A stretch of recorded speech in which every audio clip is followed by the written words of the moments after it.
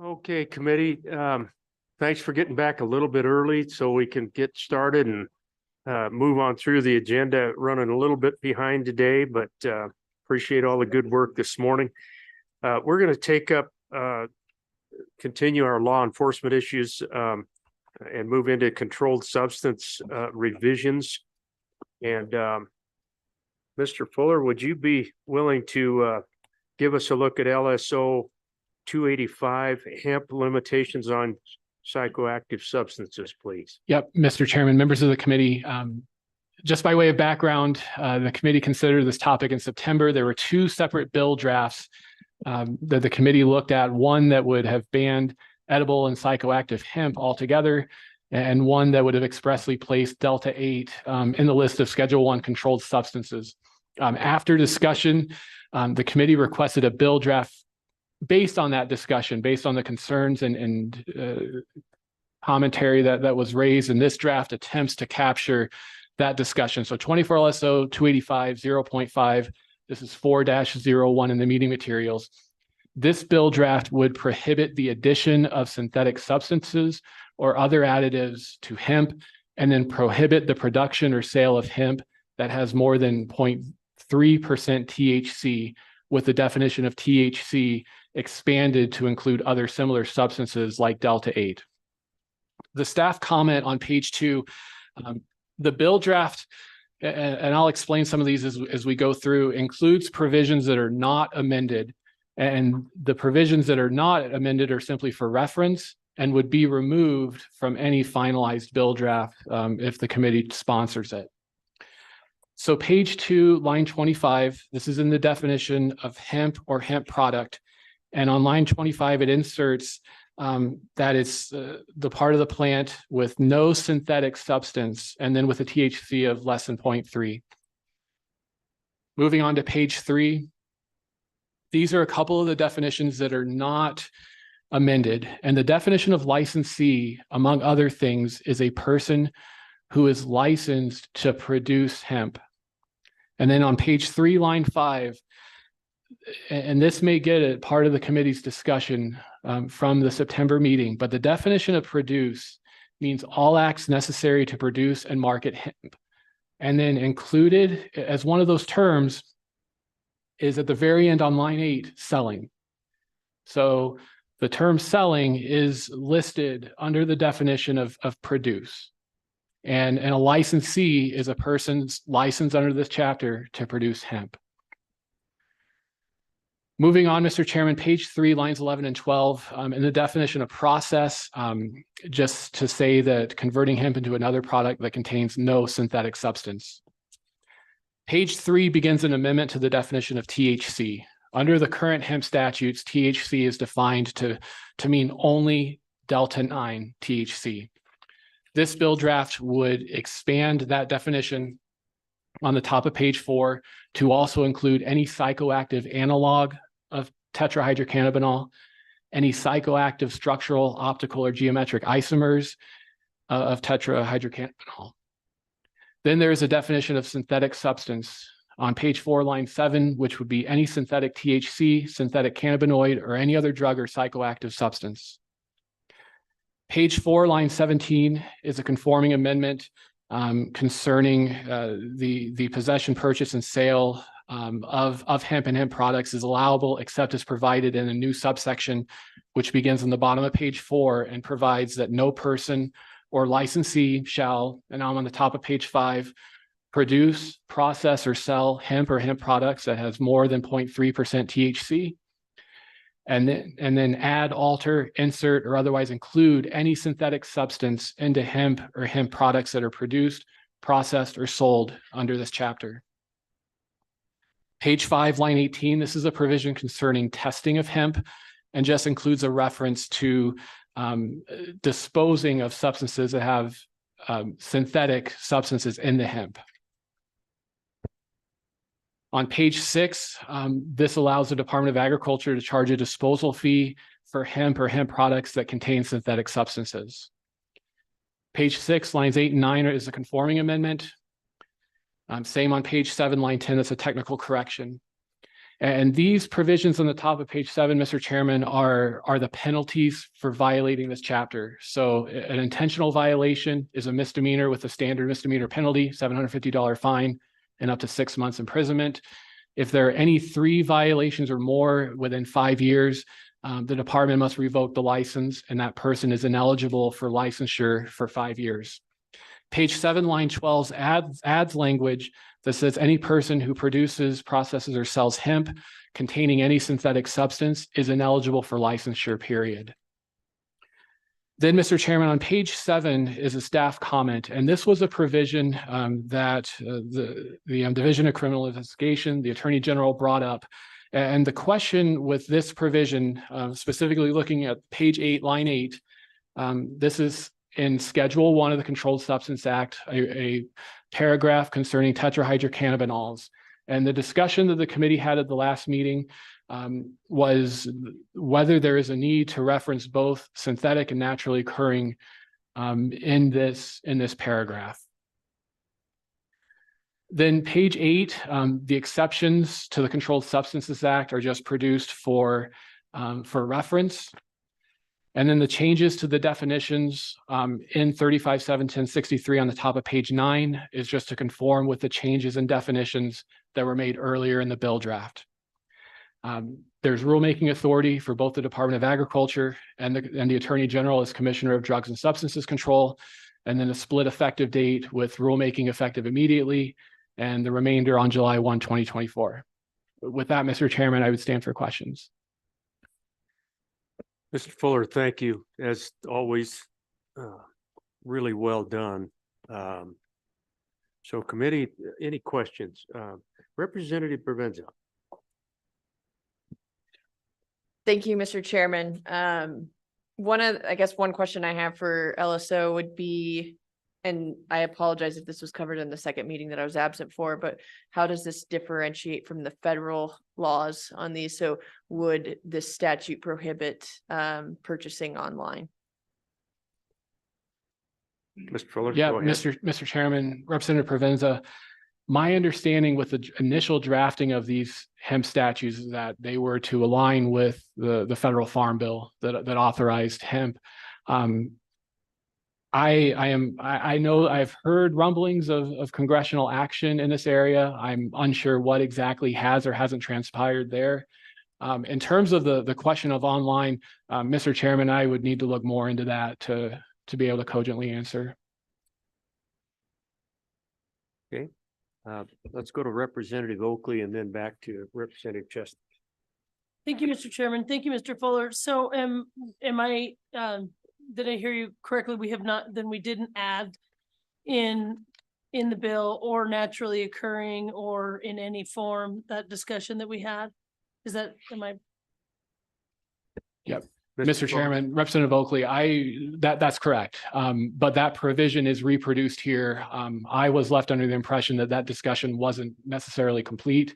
And perhaps I was mistaken, but certainly would welcome the committee's direction as to how to proceed with that.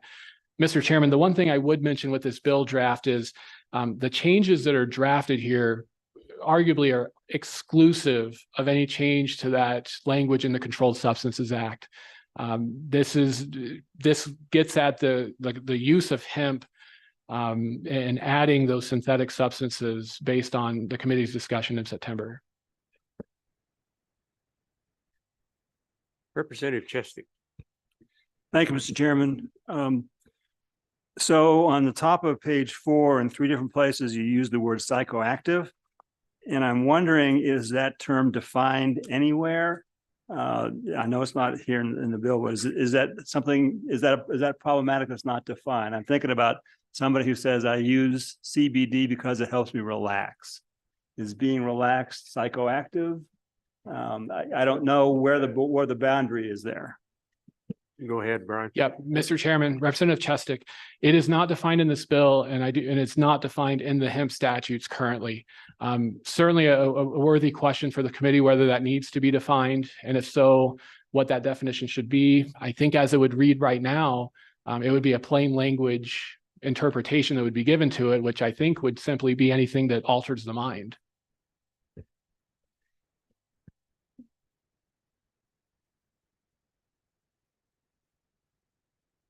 So serving on a committee like this could be a psychoactive experience then, right? Yeah. Representative Craigo. Thank you, Mr. Chairman. I just had a quick question for Mr. Fuller. On page 8, line 32, there's a reference to 14.3.310, which I believe is the new statute we passed last year. Why is that exempted? And haven't thought about it long enough, but could you explain that, please? Thank you, Mr. Chairman. Go ahead, Mr. Yep, Fuller. Mr. Chairman, Representative Craigo, generally speaking, that 14.3.310 is a prohibition of the sale of, I'm not sure if it's specifically hemp or just cannabinoids to minors. It prohibits the sale. So that was simply added there as, I think, a conforming amendment to make sure that, hemp production takes place in accordance with both the hemp statutes and that prohibition on the sale of those products to minors.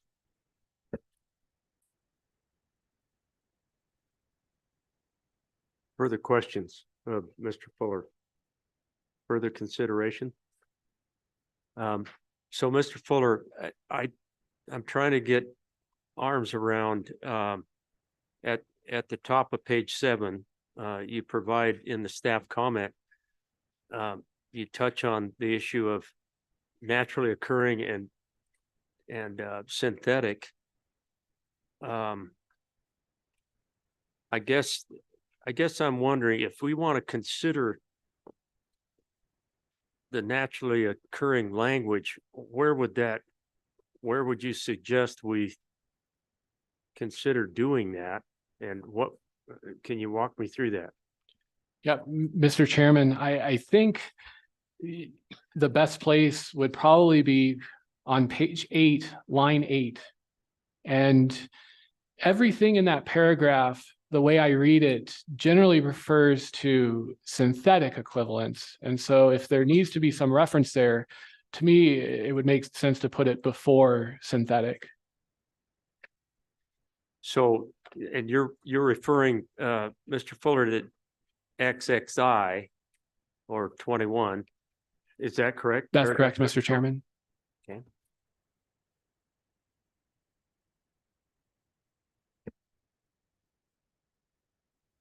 Okay. Anything else for Mr. Fuller? We good? Welcome this afternoon again. Good to see you. Ms. Singleton, you want to take us away on thoughts that you have with regard to this bill? Thank you, Mr. Chairman. Yes, I will. I'll first let Ms. Barrett introduce herself, although I think she the committee is well aware of Ms. Barrett. We know who you are, but please introduce yourself for the record. Thank you, Mr. Chairman. My name is Sarah Barrett. I'm with the Wyoming State Crime Laboratory, in charge of drug chemistry. And once again, thank you to the committee and LSO for the work on this bill and for hearing our testimony. I know it's incredibly complicated and nuanced, and there are just a couple things we want to note regarding the proposed bill. First, on page 4, with a reference to psychoactive analogs of tetrahydrocannabinol, we would recommend just referencing the Title 14 definition of analogs. So specifically, page 4, lines 1 through 2, we'd recommend subsection B read psychoactive analogs of tetrahydrocannabinol as defined in Wyoming Statute 14.3.301 A, Romanet 11. Also on. Sorry about that, Ms. Singleton. That's okay. Can you do that one more time? Yes. We have a couple of committee members making a note there. Some that are quite elderly. And I tend to talk quickly, so I will say that again, Mr. Chairman. Okay. Specifically, page 4, lines 1 through 2. We'd recommend that subsection B read psychoactive analogs of tetrahydrocannabinol as defined in Wyoming Statute 14.3.301 A, Romanet 11. I think that's 11 XI. Okay. Also on page 4, line 9, as Representative Chestick had mentioned, there we think a definition of psychoactive substance may be helpful here, as we want it to be clear what substances are included in that definition. We don't have a proposed definition. We did look at some case law to see if there was something out there. The closest thing we could find was impairing a person's physical or mental functioning. So something along those lines. We just think a definition might help clear up the bill a little bit. Finally, the staff comment on page 7 mentions a change to Title 35, and we agree with Mr. Fuller that that would be helpful here. And if we would change the Title 35 definition to include both naturally occurring and synthetic each time it refers to synthetic, so that would help our crime lab certainly. Specifically, page 8, line 8. We'd like to add the words naturally occurring or before synthetic. And the same for page 8, line 10, naturally occurring or before synthetic. And then another one for page 8. So real quickly, if I could interrupt, Ms. Singleton, if I'm following and I'm probably not, this is a struggle for me to get to it. If we were to include that language on line 8, that would assure that we are making synthetic and naturally occurring illegal. Did I read you correctly on that? That Okay. is correct, Mr. Chairman. Okay. Yep. Thank you. You're welcome. And then page 8, line 15. After tetrahydrocannabinol, we would insert the language delta 8 cis or trans tetrahydrocannabinol and their optical isomers, just to make it clear that delta 8 does in fact fall within that definition as well. Okay. One more time on line 15. Yes, okay. On line 15, so after tetrahydrocannabinol, semicolon, delta 8 cis or trans tetrahydrocannabinol. And you'll see the line 14 just before that, it has that language with delta 6. We just want delta 8 to mimic that language. Thank you, committee, for taking notes for those of us on line here.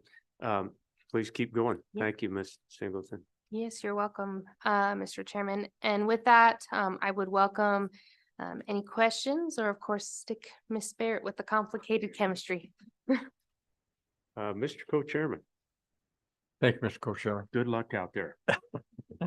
Love this stuff. I'm told that there are non-psychoactive cannabinoids.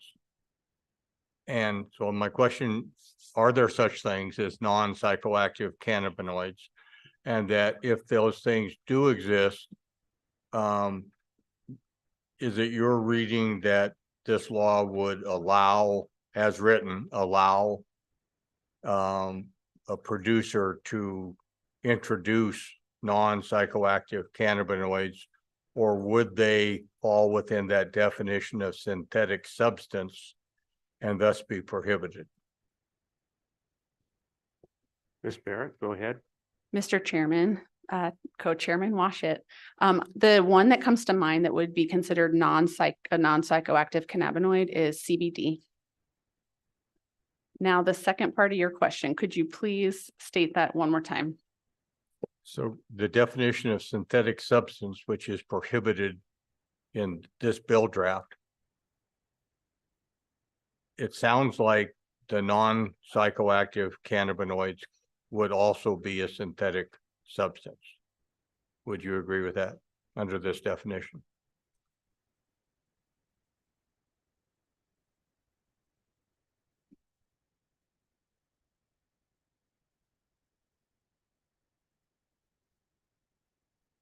Mr. Chairman, I'm gonna take a stab at it. I'm thinking on the fly here. I believe with the narrow definition in this bill, then if it was synthetic, it could not be considered hemp as well as if it was non-psychoactive. It would still not be hemp, but could fall under the definition of THC if it was one of those cannabinoids that was part of THC. Is that accurate? Yes. So, Representative Chesty.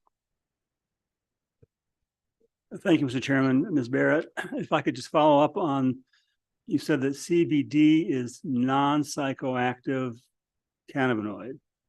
What, and I'm getting back at the problem of what's psychoactive, what's not psychoactive.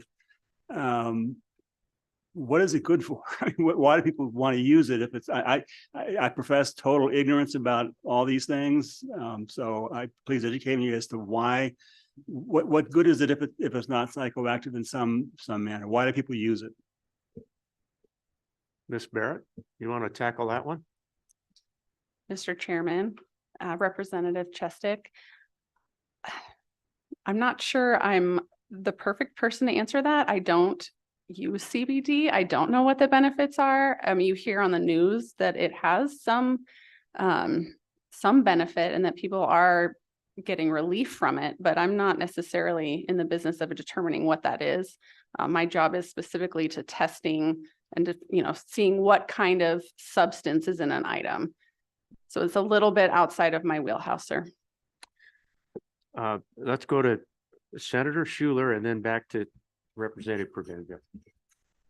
So in essence, then, it sounds as though you're saying any CBD, even those that are sold in drugstores, not little mom and pop shops, all of those things that are people use throughout our state for, seizures, for pain, anxiety, so on and so forth, that those would be illegal with this bill. Is that what you're saying? Ms. Barrett? Mr. Chairman, I don't believe that is true with the way this bill is written. Representative Provenza. No? Mr. Chairman, I think I'm just confused. One of the concerns I do have, and I think that you mentioned in the first meeting, was that you can't test the difference between synthetic and hemp derived, right? So is there any regulation on packaging or anything like that? So if I go to a store and I say, you know what, I think this is synthetic, and I call DCI to turn in a business, how are you going to know if it is a synthetic substance or hemp derived CBD? Ms. Barrett? Mr. Chairman, Representative Provenza, I think the issue still remains where we would not be able to, there's no analytical test to show that. I'm not aware of any regulation currently for those who are selling these products. I believe last time there was a couple here from a hemp business, and they did talk about how in Colorado, they have to show a certificate of analysis for all of their products. I don't believe, although I would love to hear from Department of Agriculture to know if there are any regulations or promulgated rules for those who are selling it under the CBD hemp process. Any other questions? Representative, go ahead, follow up. Thank you, Mr. Chairman. I'll just ask you in case you do know the federal laws that have to do with this. Can someone order it from out of state online?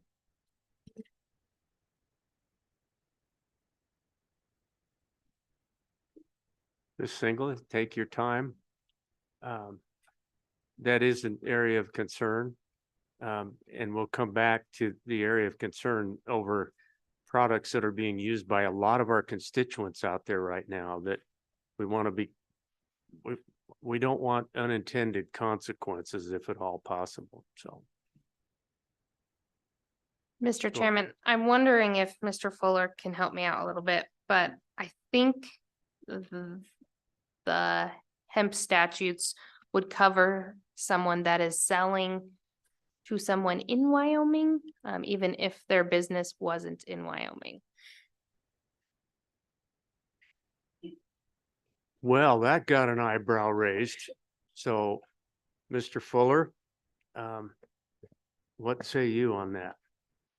Yeah, Mr. Chairman, I'm actually doing a little more sleuthing right now to try to get a clearer answer to that. Okay, thank you for that. Brian, just let us know if you run across something that can be helpful. So Representative, any follow-up? I want to come back to this. Like Senator Schuler, I have these concerns over particularly an elder population, although I'm sure it runs all the way down through any demographic, but a lot of people seem to get relief from lotions and rubs, and I don't know if that's CBD. I don't know what those products contain, but would this bill make those products illegal? Ms. Barrett.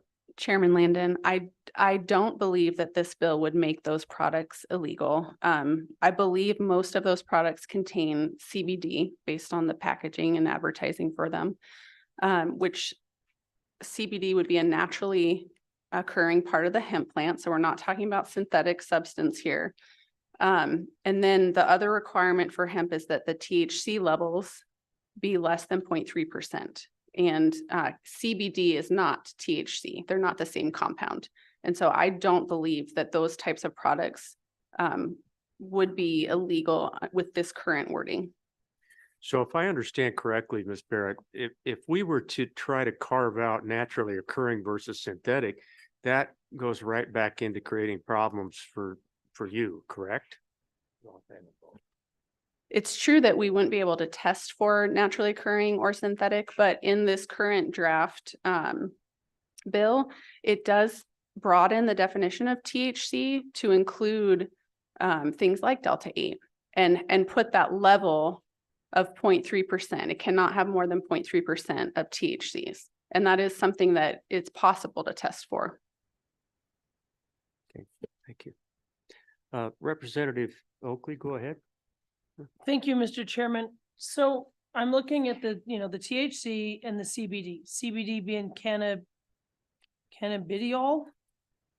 And then of course, THC, the tetrahydrocannabinol, which we're discussing. Specifically, it says the THC is an active compound and is well known thanks to its psychoactive properties. It's the one that gets you high, is what I'm reading this.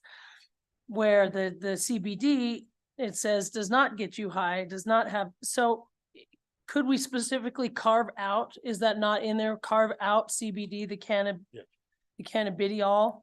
Because it doesn't have the, and again, because that's what it's saying, that compound, that CBD does not have the psychoactive. So that's why she's saying it wouldn't be illegal with the way this is written if we don't do it, because CBD does not have the psychoactive properties. For a double layer of protection, and so I guess I'm asking about your testing abilities, or if it would matter if we specifically carved out CBD. Chairman, I don't think it would matter if we specifically carved out CBD, although it would add clarity. But from an analytical perspective, it wouldn't matter. Go ahead, Representative. Thank you, Mr. Chairman, and that clears it up, but it's because if you did get something to test that would CBD, it wouldn't test positive. It wouldn't show anything.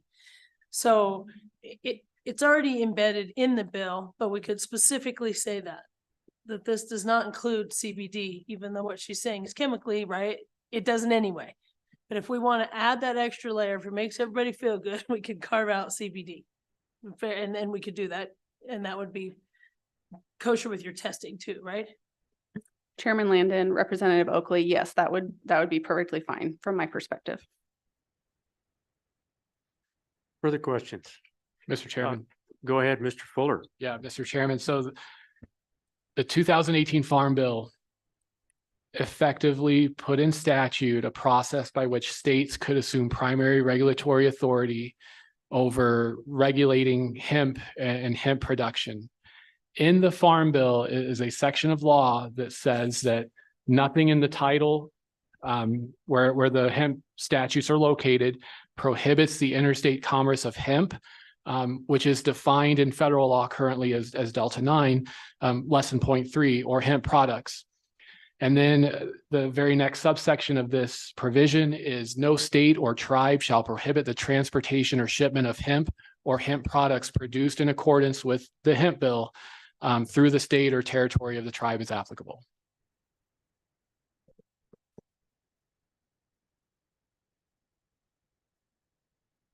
Go ahead, Representative Oakley.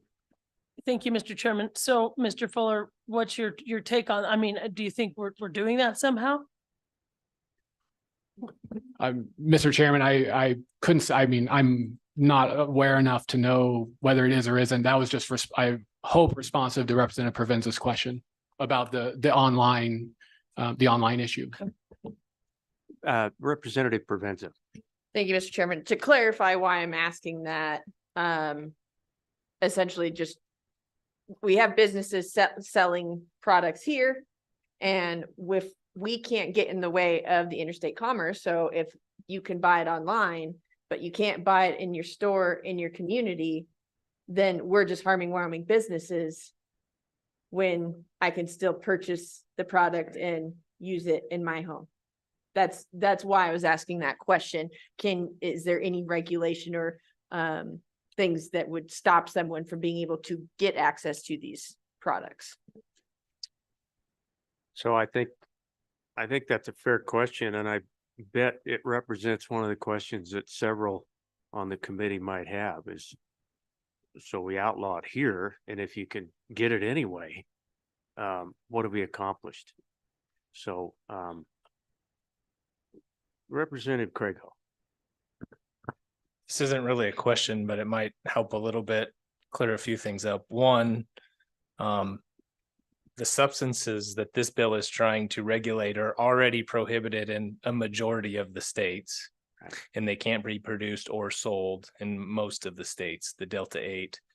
And so just going back, I mean, the whole point of this bill was to try to get it so that we could regulate Delta 8, because what the defense has always been is it's coming from hemp, hence we can't regulate it. When that wasn't necessarily true. They're using hemp as a base, and then they're modifying that through a process to make it, in some cases, more effective than regular old marijuana. And so that's really what the bill is trying to do, is get it so that our lab, that's hence the synthetic. That's the purpose of the language synthetic. Adding that into the language of our current statute is so that we can regulate Delta 8, not CBD. I mean, hemp products are specifically excluded under the Controlled Substances Act. And so it refers back to the hemp language which in Title 11. So you have to read them both in concert to get to that, to know that we're not, this bill, as I read it, should not regulate CBD in any manner, shape, or form. Only the THC products that could, in theory, be pulled out of hemp products, hence the 0.3 breakover point. If it's over 0.3, it's illegal. If it's under 0.3 THC, we're not regulating it if it comes from a hemp plant. Appreciate that, Representative. And I'm sure you've maybe talked about that on the other committee that you belong to. And we look forward to hearing from the Department of Ag, hopefully this afternoon as well. So Representative Oakley. Thank you, Mr. Chairman. I think what Representative Crago just said was, I mean, it's really important, because as can happen, and it's good to have discussions, but we start getting pulled away from what we're doing. And so I just kind of want to, I guess, reiterate what he said, which I was thinking about Representative Provenza when she started saying, well, if they can get the product somewhere else and we're outlining it here, and it's just not what we're doing. What's important is to understand in that sentence, what is the product? What are we talking about? And we've said we are not changing the 0.03 in the hemp laws that already exist. We're not changing them. And as they said, we specifically are wanting to get this Delta 6 and Delta 8, which are the same thing, but we'll leave that to the scientists, but add Delta 6 and Delta 8 in there, which is specifically used for psychoactive to get high. And it's a loophole that's being used in this. And everybody that talked to us that was a hemp producer said, we don't have any problem with it because we're not doing that. As long as you're not messing with the legality of the hemp, which we're not touching that. We're not touching that. We're literally basically adding Delta 6, Delta 8, which are psychoactive. That's why it's used. That's why they're added, is so they can, for a high. So we're just trying to close that loophole. And we're not changing any of that, like what can be transferred, all like that's the hemp, the 0.03, none of that is being touched. Thank you, Representative. Further questions for these nice folks in front of us for now. Ms. Barrett, Ms. Singleton, thank you. We may call you back up here. You never know. So thank you. Appreciate it. So let's see if we can bring in the Director of the Department of Agriculture, or do we have? Oh, perfect. Director, you made it. You made it up north. Can you hear me? We sure can. Thank you, and I appreciate you being here this afternoon to clarify your take on this bill in front of us. Thank you, Mr. Chairman, members of the committee. I appreciate you allowing me the opportunity to testify in front of you today.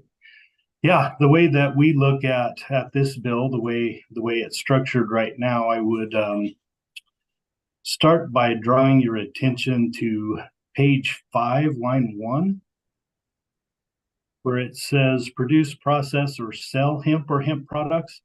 The only thing that we noticed in our review of this bill is that Title 11, Chapter 51 has traditionally dealt with the production and processing of hemp, but we as the Department of Ag have not been involved in the regulation of sales of those products.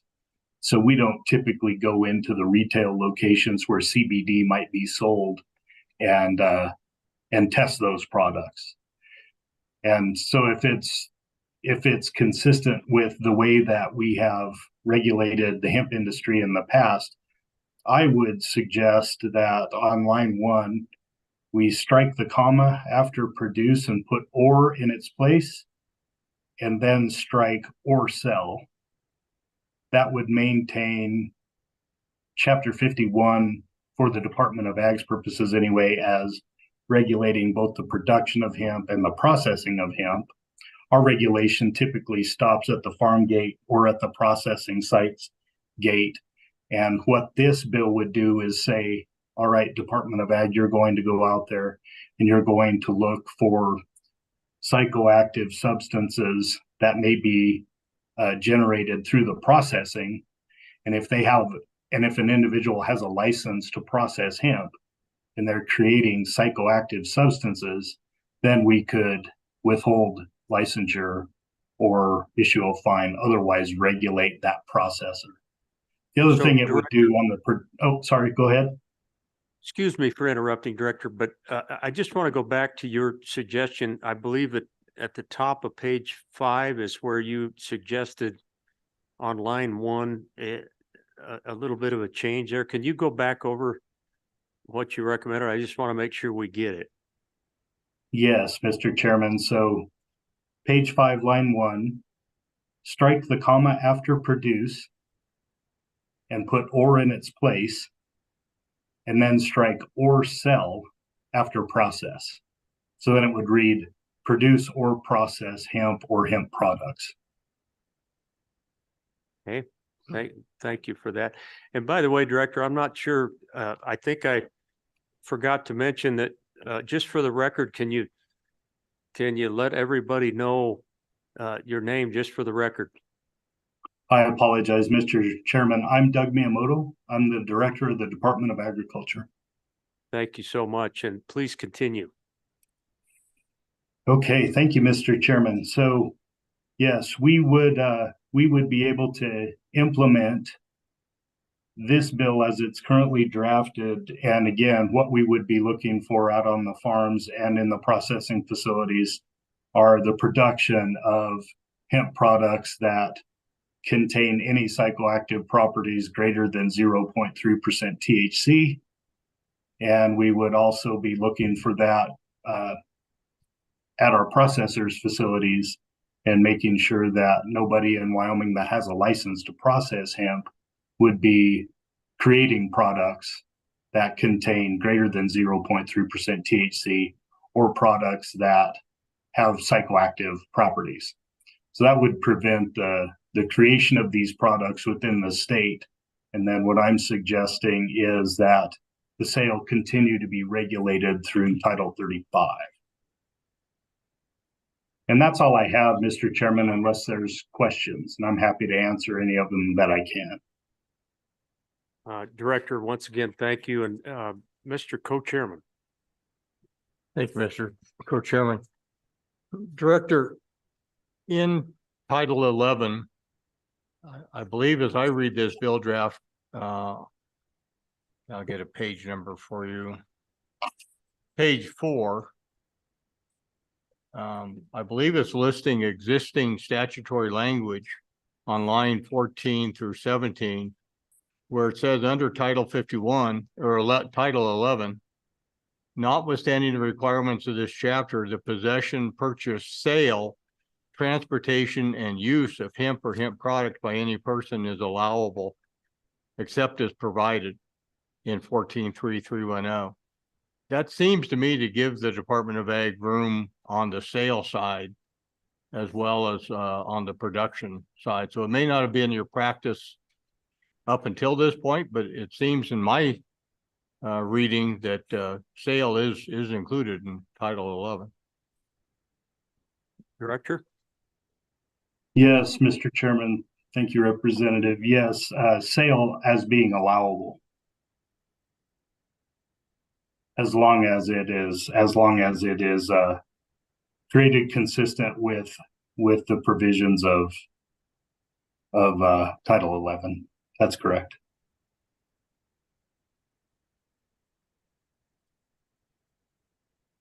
So Representative Craigwell. Thank you, Mr. Chairman. Along those lines, the co-chairman was just talking about selling.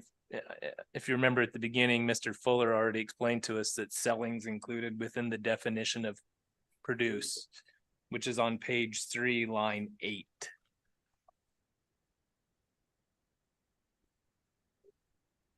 What line was that again? Mr. Line Chairman, 8, that's yep. page 3, line 8, very last word. Yeah. So, and that's current language, correct? So, Director, do you see that on page 3, line 8 in the bill?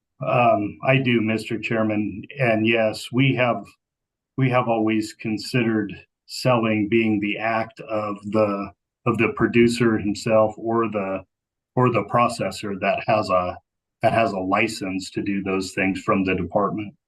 But obviously they would be selling their products. Yeah, that makes sense, Director. Thanks for clarifying that. So any questions, committee, of the director?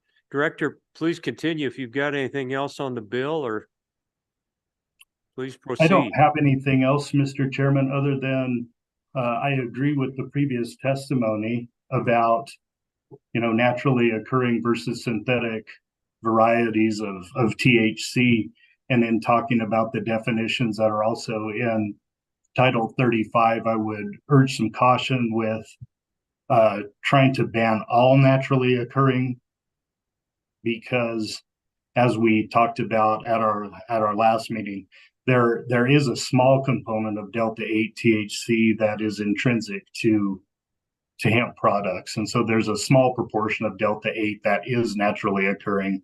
But anytime you get a product that has a high concentration of Delta-8 THC, certainly below that 0.3% THC level, that was synthesized. So you have this very low level of naturally occurring Delta-8 THC, and anything above that they made. That's my understanding anyway, Mr. Chairman. Thank you for that, Director. I'm looking at Ms. Barrett back there. Does that hold true to what you were telling us a little bit ago? Do you mind coming forward? Thank you.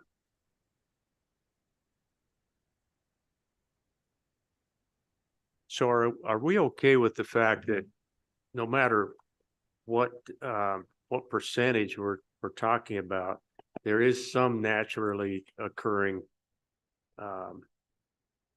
delta product in hemp, correct? And is that going to create problems with any analysis that you can see? Chairman Landon, I don't believe so. We do know that there is a very small amount of Delta 8 potentially in hemp, but in our controlled substance statute, you know, it specifically lists tetrahydrocannabinols, but then there's the exemption for hemp products. And so I think that tiny bit of Delta 8 that may be naturally occurring in hemp would fall into that exemption because it would be less than 0.3% THC. So I think we're okay with the current language in the bill. So we don't have to establish a limit on that front for the naturally occurring little bit of Delta 8 that might be there. Chairman Landon, no, I don't believe so. Okay, got a couple. Representative Chestic. Thank you, Mr. Chairman. And I don't know if this is a question from Ms. Barrett or somebody else. And this is probably a dumb question. Because like I said, I am pretty ignorant about all this kind of stuff. I don't use drugs and I don't understand how they work, but I do understand how language works. And I'm confused by the definition of process on page 3. So process is being used in section F, Romanet I on page 5. No person or licensee shall process or so what does process mean? Process means converting hemp into another product that contains no synthetic substance and that contains no more than 3/10. So I read definition on page 3, Romanet 6, as saying process means removing. You're converting it into another product that has none of this stuff. You're making it better. You're making it less psychoactive. You're removing all the stuff that could do harm to you. So processing means making it less harmful, but you're not allowed to do that because you can't process on page 5. Is that backwards, or am I just not understanding how this is working? So, Mr. Fuller, would you like to take a shot at that, please? Mr. Chairman, I saw some eyes. Yeah, well, he's the man. Yeah. I'm telling you. So, Mr. Chairman, Representative Chestic, the definition of process, converting hemp into another product that contains no synthetic substance or no more than 0.3%. I think, Mr. Chairman, it's that next clause on page 5. So you cannot produce, process, or sell hemp containing more than 0.3% of THC. So I think, Mr. Chairman, the way I would read that is one could process hemp into another product so long as that other product does not exceed the 0.3% THC. Thank you, Mr. Fuller. Appreciate it. Ms. Barrett, anything to add to that? Are you comfortable with that? Chairman, I think I agree with Mr. Fuller. Okay. Representative, did that help? Not really. I'm still, maybe I'm reading it too technically. Process means removing stuff, removing THC essentially. How I read process, when definition of process says you remove stuff. You can't process it to increase. So I still think it's backwards. I'm not getting it, and I'll need to think about it some more. Thank you. It's interesting that the director of our Department of Agriculture has indicated a desire that we would take process out of that line on page 5. So, Mr. Chairman, So Senator Case, go ahead. is the good representative's concern that you could somehow have hemp product that would have more than the legal amount of THC, and that he wants to process it somehow to get it down to where it's legal. Cause I don't think that's necessary in any circumstance. I mean, it might be theoretically possible, but I don't, it's not relevant, but maybe I'm missing it. Is that the gist of it? So Representative, go ahead. Mr. Chairman, what I'm concerned is I'm reading the definition on page 3 as saying you can't process it down when we want to prevent people from processing it up, right? We don't want processing to increase the THC level, but that's not what the definition says. It says you can't process it so that it contains none of this stuff. I just had this, it seems backwards to me. Mr. Chairman. Go ahead, Mr. Fuller. Yeah, Mr. Chairman, I think if something's being converted down, first off, the definition, the way I read the definition of process is, it's agnostic on adding or subtracting substances. Mr. Chairman, I think what I would say though is if hemp has more than 0.3% THC and you're trying to convert that down into something that's not, then Mr. Chairman, I think under the definition of hemp, which is on page 2 of the bill, it's not hemp. It's marijuana or some other substance.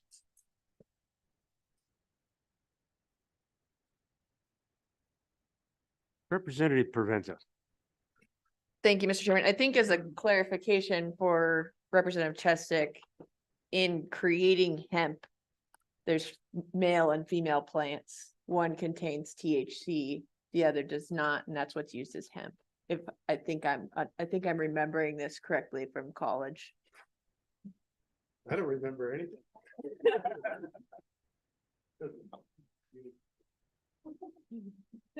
Were you too high?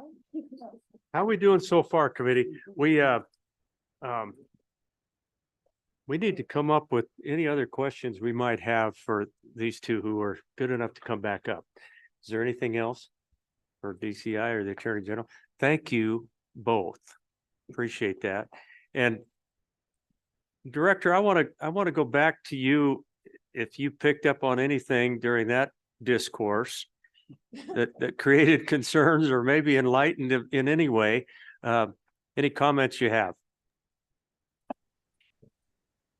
Well, Mr. Chairman and committee, in looking at the definitions, the way that we test for THC, the loophole is created because we can't identify Delta 8 THC when we're testing for Delta 9. We didn't know that Delta 8 was a thing that existed.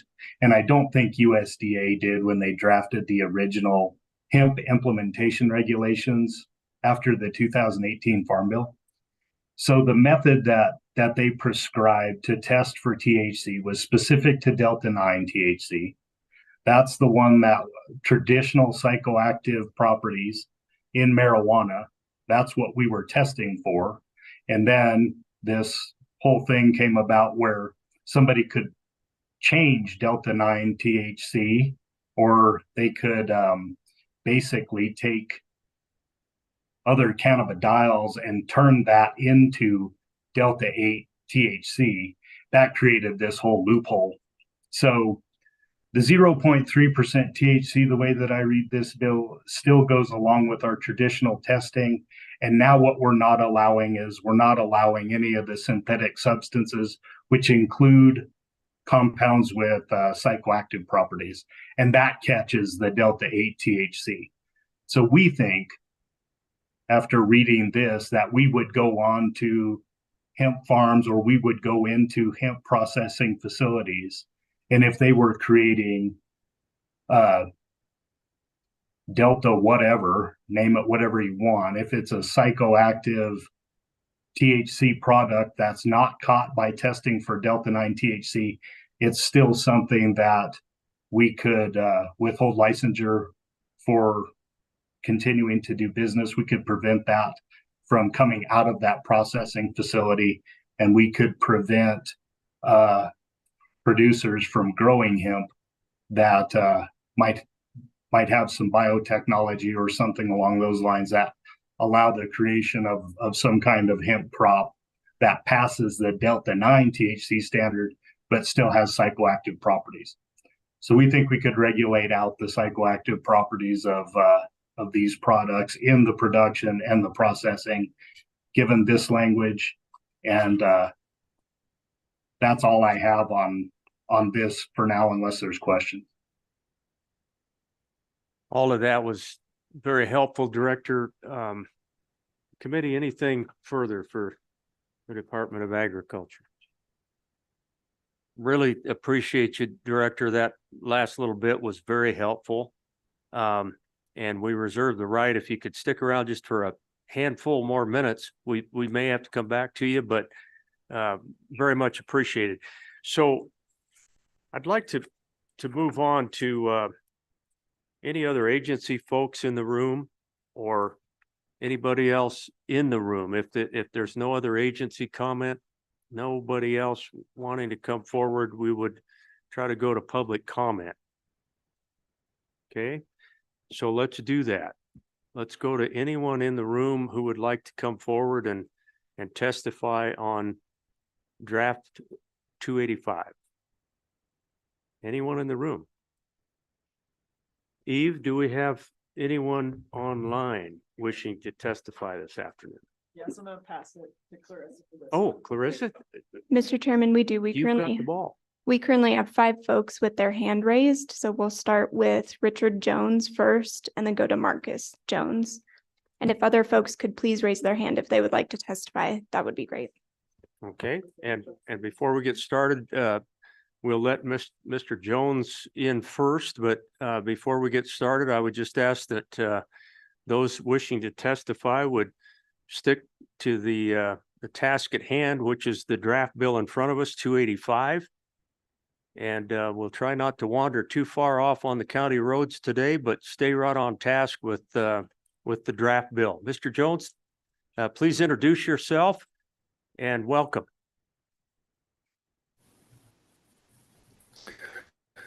Thank you, Mr. Chair. My name is Richard Jones. I live in Cody. I'm associated with WYCAN, which is Wyoming Citizens Against Normalization. I also am associated with Bottle Tree Behavioral, which is a substance abuse consulting firm. Been very active in this for 30 years.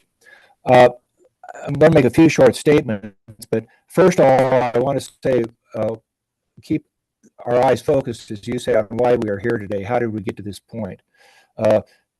In Mr. terms Chairman, of substance abuse issues, Hang on just a minute, prevention- Mr. Jones. Mr. Jones, we're really struggling to hear you. So I might suggest that either Mr. Jones talks slower, or maybe if he turned his video off, there'd be enough bandwidth to support the sound. those are both good suggestions, Mr. Jones. Did you hear that? We want to make sure we get your testimony. So try that. And thank you. Go ahead. Yeah, And can you let's hear me better? try that. Yeah, please continue. Thank you. I had a really good connection this morning, but I've switched locations. So anyway, I don't want all of us to lose sight of how we got to this point. In substance abuse prevention, one of the strategies is to prevent access to harmful products, whatever they are. And the reason we're here today, it seems to me, with this bill is the analogs of THC, tetrahydrocannabinol, which is the psychoactive family of products that cause harm.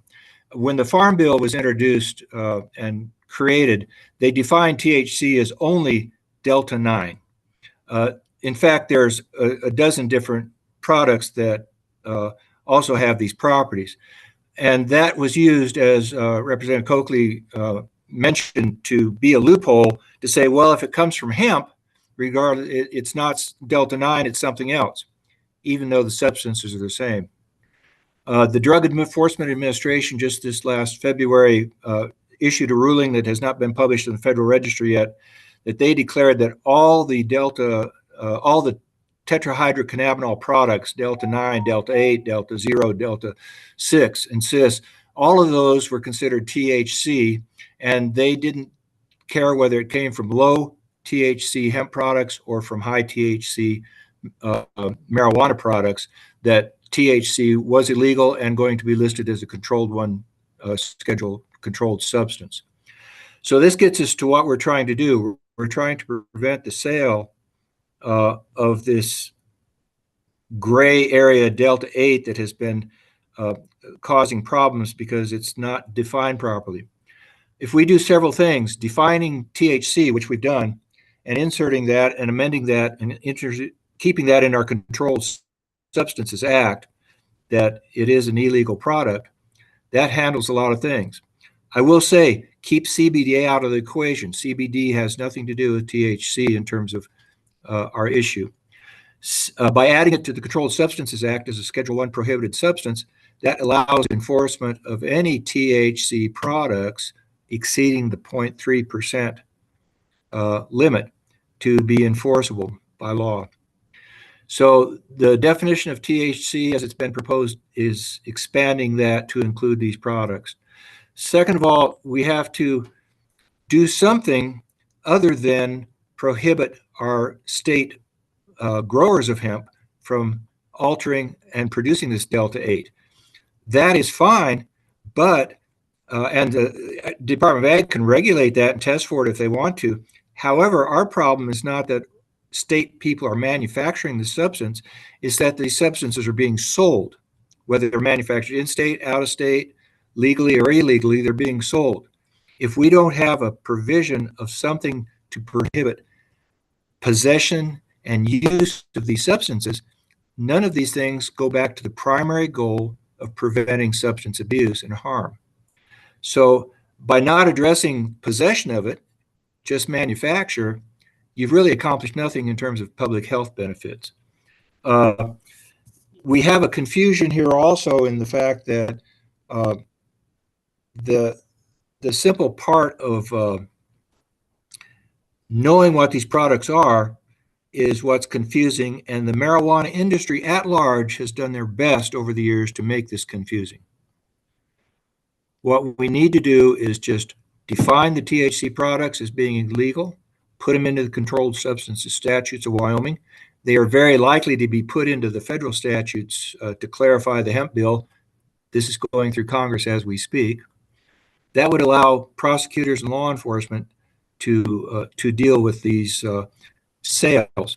If we don't do anything to regulate possession of these products, I don't see any purpose in the rest of it. As far as online sales go, if it's a controlled substance and prohibited, online sales are also prohibited. Comes stuff from coming out of state.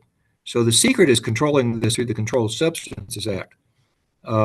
As far as prohibiting the manufacture of it in the state, it's already really prohibited because they can't have anything over 0.3% THC as long as THC is defined as all the analogs and substances that make up the tetrahydrocannabinoid family, which is Delta 8, Delta 0. So I'd just like to say that I think this bill needs to have more work done on it to get to the goal that I believe we all want, is to limit the sale and access to these products that are going under the wire due to the loopholes and the legalities of it. So I'm in favor of the concept of this bill, but I don't think it would have the intended effect of reducing harm. Last year, a bill was passed by y'all to limit the Delta 8 products and stuff. The selling of it was made illegal. One of the representatives got an amendment in there that reduced the age to 18 instead of 21. So you could have Delta 8, but you couldn't drink alcohol or buy tobacco if you're 18. I saw no point in that. But again, it had no provisions for the possession and use of the products. It only put the burden on the seller, and this one only puts the burden on the producers of hemp. So I think the bill overall is not well designed, and I see a lot of loopholes being opened. If you make any exceptions for CBD in there, then that specifically opens the door to CBD made from marijuana. CBD can come from any of the cannabis plants, whether it's classified as marijuana or hemp. And we may not want to open that door either. It would be terribly confusing. Anyway, I'm open to any questions at all about these things. And there's no difference between the female plants and male plants. They all have cannabidiols and cannabinoids in them, just in varying amounts. Thank you, Mr. Jones. A lot there for us to digest. Appreciate you weighing in this afternoon. Any questions, committee? Okay, thank you very much. Next up, Clarissa. Mr. Chairman, next we have Marcus Jones.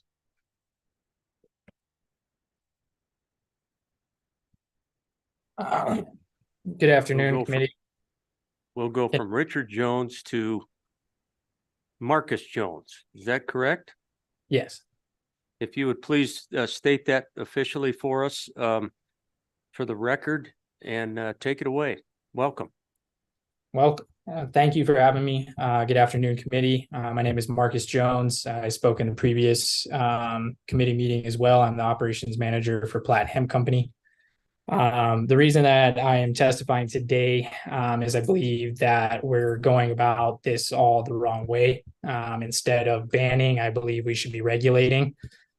We should be regulating package, how much of these psychoactive components can actually be in a product, instead of banning a product completely that has proven now over 2 years to help quite a few of Wyoming citizens with their ailments, whatever it may be, anxiety, depression, sleep. The next point I'd like to make is when going over the synthetic process, basically the way that I read this also will eliminate any CBD isolated products, because that would be considered a synthetic product due to the process it has to go through to become an isolate CBD product to get it away from all of the THC. CBD isolates are used in, I would say, 70% of topicals, tinctures, and stuff that are helping our senior citizens be able to live a much more fuller life. Past that, when you're talking about the psychoactiveness of CBD and the cannabidiol family, it's much broader than what is being said. There's CBD, which is considered a non-psychoactive, but by definition, it is a psychoactive because it alters your mood state. It elevates your mood state, gives you a better function, a better way to think. That even goes down to its cousin, CBN, which is a natural sleep aid. It is considered a psychoactive because it is sedative and it is altering your mind state. So my biggest point is to urge the committee not to ban Delta 8, but let's start looking at decriminalizing and regulating these THC products. As we know, Congress on the federal level is looking at descheduling cannabis. There's the Safe Banking Act. A lot of this is heating up very, very quick. We're almost completely landlocked by legal states now in the Mountain West, which all share a lot of the similar values that Wyoming does in their political agendas. In the conservative side, I mean, Montana is booming right now with tax revenue from their recreational cannabis market. South Dakota is doing well with their medical market so far. Same with Utah. And as we know, Colorado has been doing this since the beginning. And we're all completely landlocked by these states. And with this federal pressure coming, I just urge that we really look at regulation, because that's the biggest flaw in all of this, is the regulation of these products, because there's no FDA regulation. You can go into a gas station and pick up a CBD tincture that claims 100 milligrams. If you look at the COA, it only has 1 milligram. They're not legally required to tell you how much is actually in that bottle. Here at Platt Hemp, we require for any product to be on our shelf to have a COA, so we know exactly what is in it, and it has to be done by a third-party lab. And we wish that that would become a standard for all shops that do what we do, to make sure that it is safe for the consumer, for the business, the state, and all parties involved. That concludes my statement for today. So, Mr. Jones, where did you say you're from? I'm from Platt Hemp Company. I'm the operations manager for the company.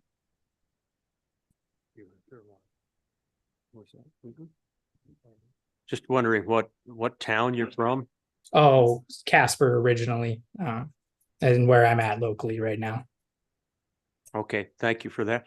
Any questions for Mr. Jones? Okay, thank you for being here this afternoon. Of course, thank you for Let's go having to me. Let's go next, Clarissa, please. Mr. Chairman, we have Max Esdale next. Good afternoon. Please unmute, and if you'll introduce yourself for the record, we would appreciate it. Take it away. Thank you, Mr. Chairman and members of the committee. I am Max Esdale. I am calling in today from Cheyenne. Are you able to hear me okay? We can, thank you. Wonderful. Okay, thank you. First off, I support and applaud your efforts to protect public health. There will always be profiteers who would hawk unsafe products to boost their bottom line. I have never consumed any of these synthetic products that you're considering banning today, and I have no intention to. However, like many things in life, this topic isn't simple, and my interest is personal in another way. I will never forget the day we brought my dad home after his first round of cancer treatments. It had aged him. And this is a man who would get up before dawn and work on the farm, who took 2 jobs to support his family, who would commute hours a day to provide for us. And he was always strong and steady. And here he was, unable to stand on his own 2 feet. He was unable to eat. He couldn't sleep. The pain was just written deep in lines on his face.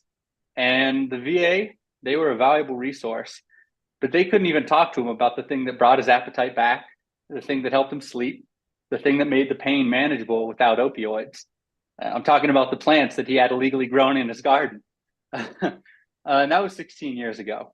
And he's still with us, watching his grandchildren grow up. And I am so grateful for that every day. So excuse me, I got a bit of a frog in my throat. That's why I urge the committee, before rushing to ban the problem child or the problem children of the cannabis plant, to please take a closer look at the whole family tree and understand why there is demand for these substances. There are over 100 cannabinoids produced by this plant, and CBD is just one of them. The endocannabinoid system is found in the brain, the limbic system, the immune system, and it regulates many vital functions. It is not just about getting high, though I find nothing morally objectionable with that. I drink enough coffee each day to kill a small horse. It's the world's most popular psychoactive substance, and no one seems to have a problem with it. Even the DEA is currently evaluating moving cannabis to Schedule 3 of the Controlled Substances Act, which recognizes that it has medicinal value. So in closing, the last time the committee met on this topic, it nearly proposed banning hemp accidentally. But now, as we all know, there's no such thing as a hemp industry that produces no detectable THC. Thankfully, the bill is redrafted following unanimous public comment against that. The committee then gave an hour to an out-of-state former law enforcement official from a federally funded anti-drug program who presented comprehensive but strongly slanted information. Not a scientist, not a medical professional, no advocate for the seniors or veterans or the disabled who benefit from cannabinoids. So while I agree there are legitimate concerns, there are good reasons to regulate, but we've largely found that the legislature has been an unreceptive audience to anything but bans. And I would agree with the point of the previous commenter, Marcus Jones, to look at testing and labeling as a suitable remedy to some of the issues that you're looking to solve, providing customers informed consent to what they consume. So as you go forward with this bill, please provide the time and opportunity to present scientific research on the medical value of cannabinoids in order to have a more balanced discussion and an informed debate, and to craft laws that are more representative of a silent majority that's afraid to speak up because what we do is illegal. We support the constitutional right of adults to make their own medical decisions. And alternatively, if you're so inclined, you could find potentially a reasonable compromise to put medical cannabis on the ballot and watch democracy at work. That's a miracle that we all have the good fortune to live under this system. And with that, I'll stand for any questions you may have. Thank you for your time. Max, thank you. I did not pick up on your last name and I apologize for calling you by your first name, but we really do appreciate your comments and glad your dad is doing well.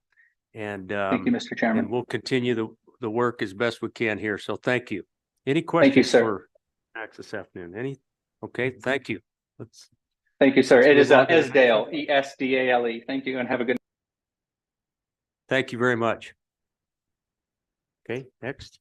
Mr. Chairman, we have former Representative Sweeney online. Wow. How about that? Thank Representative Sweeney, it's good to see you again. Please state your name though, just to make it official, would you, please? Thank you, Mr. Chairman. Pat Sweeney from Casper. I don't have much to offer with the last two speakers. Really did very well. You've heard from the state lab that there is no process, from my understanding of testimony, to really distinguish between synthetic and naturally occurring on the Delta 8. My suggestion is pretty simple.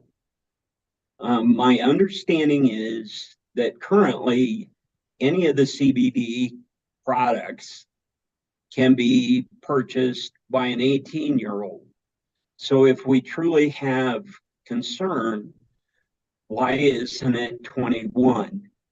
Now, some of the operators and retailers may find that objectionable, but I think without the ability for the lab to actually find a way to find if it's naturally occurring or synthetic on the Delta 8 products, because I think that's what the committee's looking at. I would mention 21-year-old, and perhaps that is an easier solution to what we're all talking about. So with that, thank you, Mr. Chairman. Appreciate you being here this afternoon. Mr. Sweeney, thank you. Any questions for the former representative? Always good to see you, Pat. Thank you. Let's go on to our final one, I believe. Mr. Chairman, we have Paul Yo next.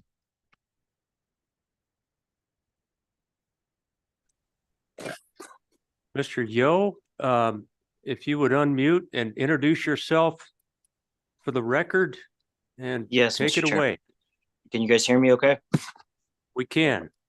Okay, let me go to my Bluetooth. So, thank you, committee, for letting me speak today. My name is Paul Yohe. I represent the Green Room here in Casper, Wyoming.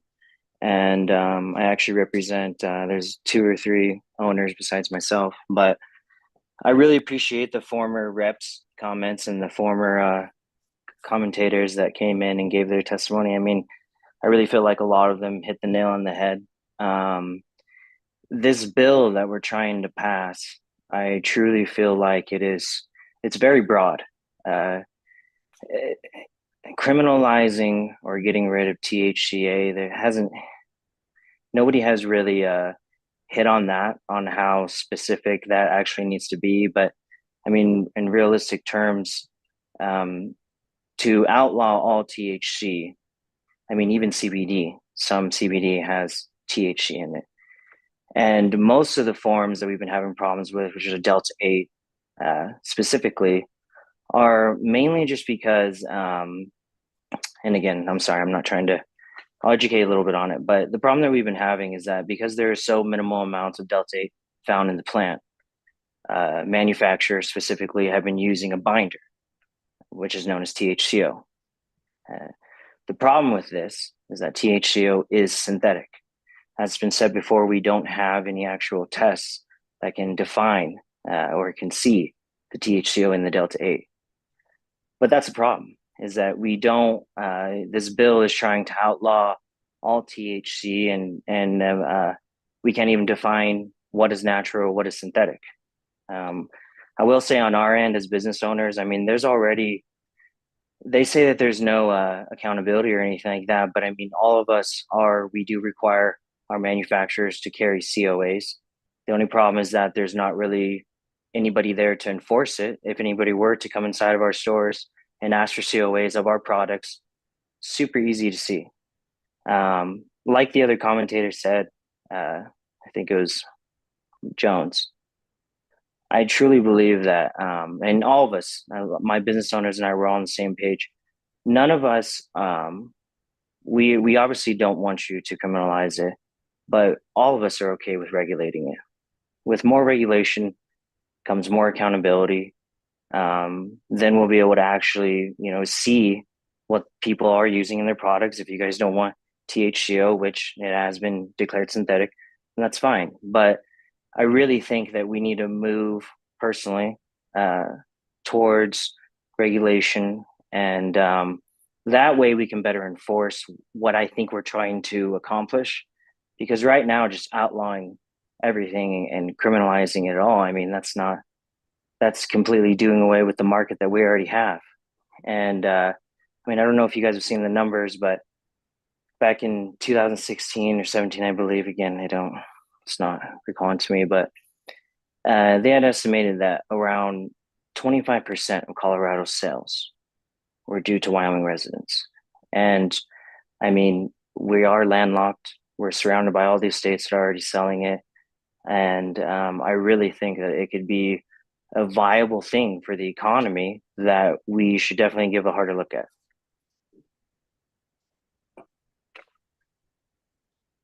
And I appreciate you guys letting me talk today. And yeah, that's it. Thank you, Mr. Yohe. Appreciate you being here this afternoon. Committee, any questions for the gentleman from Casper? Okay, thank you, Paul. Appreciate it. Anyone else, Clarissa? Mr. Chairman, we do have Shane England online. And that should be What it. was that first name? Shane England. Okay. Please bring him in. Well, Mr. Chairman. Good afternoon. If you would be good enough to give us your name for the record and take it away. Yes, sir.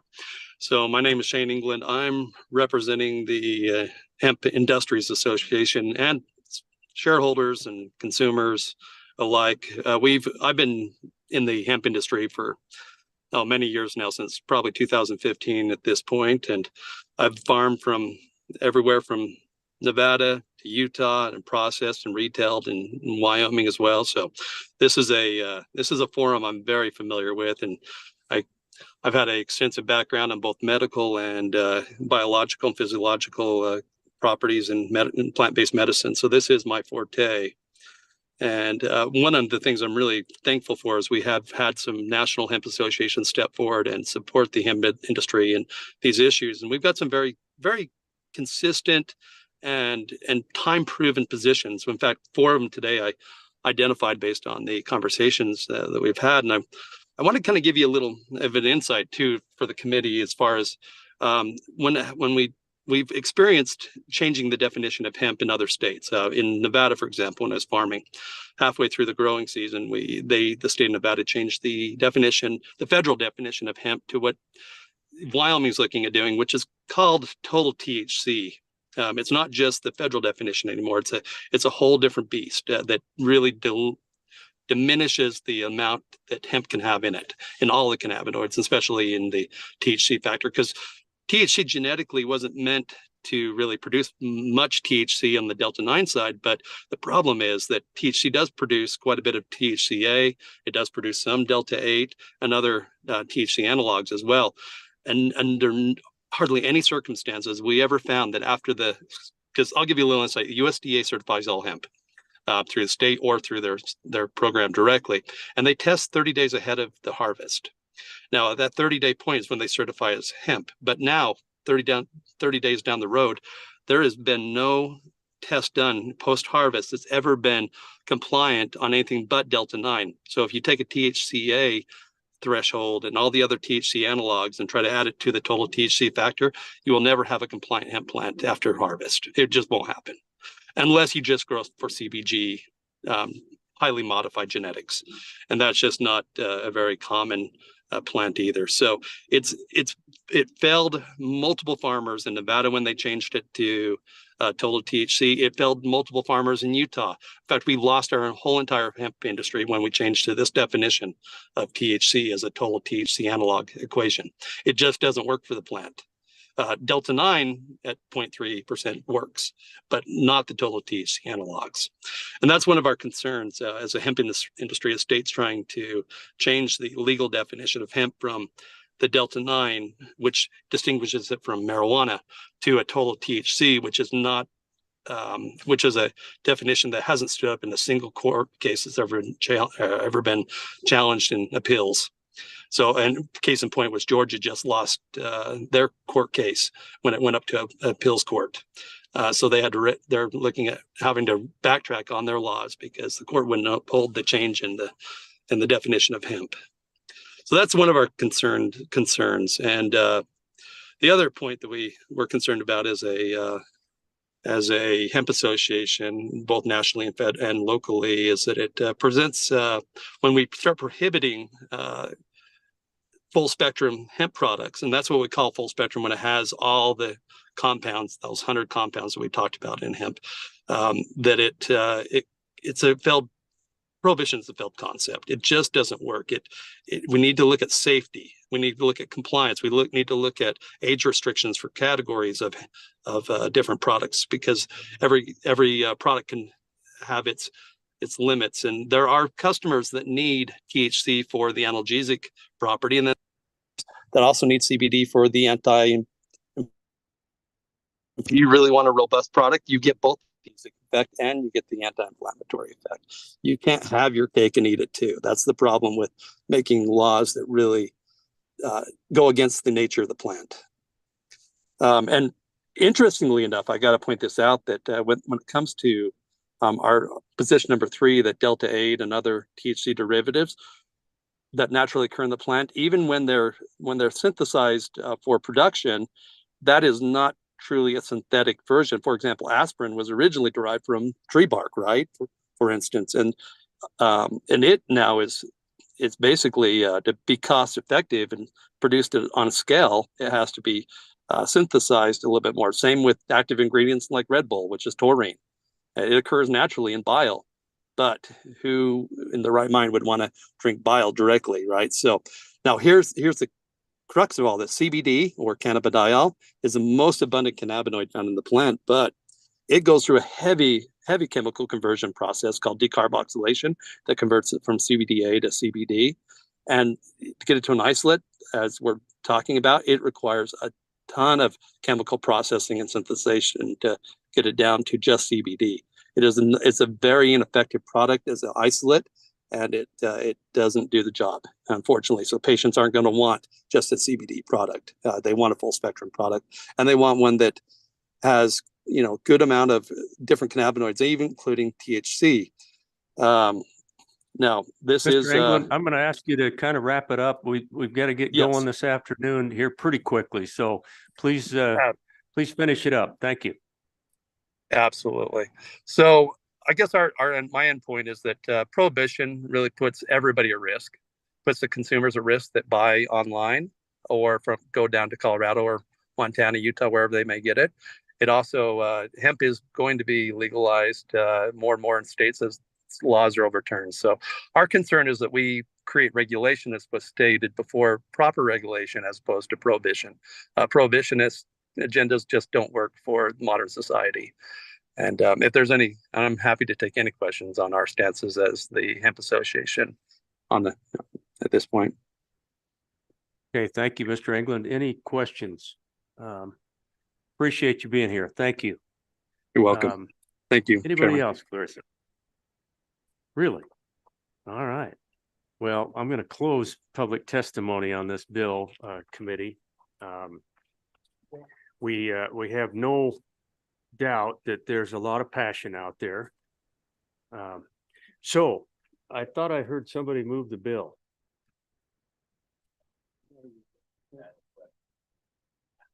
Okay, let's go to a question first. and then I'm going to ask what our pleasure is.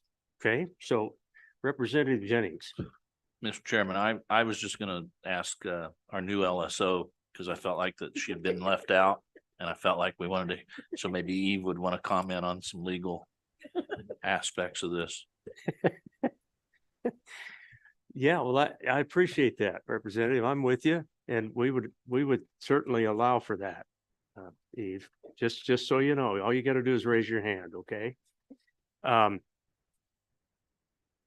Okay, committee, we are considering for those streaming online LSO 285 hemp limitations on psychoactive substances.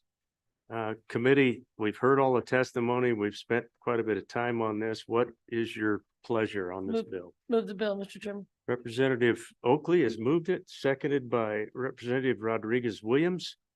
Discussion. Go ahead, Representative Oakley. Thank you, Mr. Chairman. I was just gonna start moving amendments, if you're okay with that, or I think unless there are some opening considerations or comments, we can move right into working the bill. Okay, go ahead, Representative Oakley, go ahead. thank you, Mr. Chairman. Page 4, lines, I think she said lines 1 and 2. I think would be after 2, you're just adding as defined in 14-3-301 A11.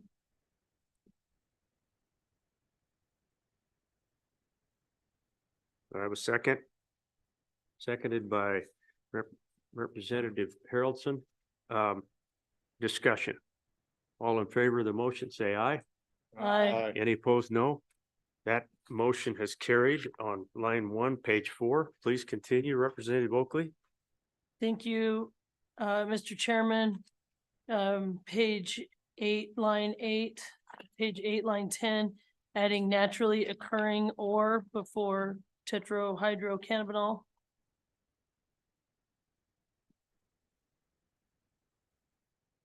Everybody understand? Do I have a second on that motion? Seconded by Rodriguez Williams. Does everybody understand what the suggested amendment is? Representative Chestick. Thank you, Mr. Chairman. So you're changing a staff comment. Don't we need to incorporate the staff comment into the bill first? Mr. Fuller, I would look at you on that. Do you need a formal motion for us to include that language? Mr. Chairman, I think if the committee adopts the motion, I would take that as direction to put this in the bill draft. Okay, good caution. Okay, so we have an amendment on the floor and discussion on the naturally occurring. Everybody understand the amendment? All in favor of the amendment, say aye. Aye. Any opposed, no. That amendment has passed. We're back on the bill, and I wondered, we had a suggestion from the Department of Agriculture, Representative Haroldson. Thank you, Mr. Chairman. So on page 5, line 1, that's the one we're addressing. Let's strike the comma after produce, insert or. So it'll read produce or process, and then strike or sell on the completion there of line 1. So it'll read produce or process hemp or hemp products. Do I have a second? Seconded by Representative Oakley.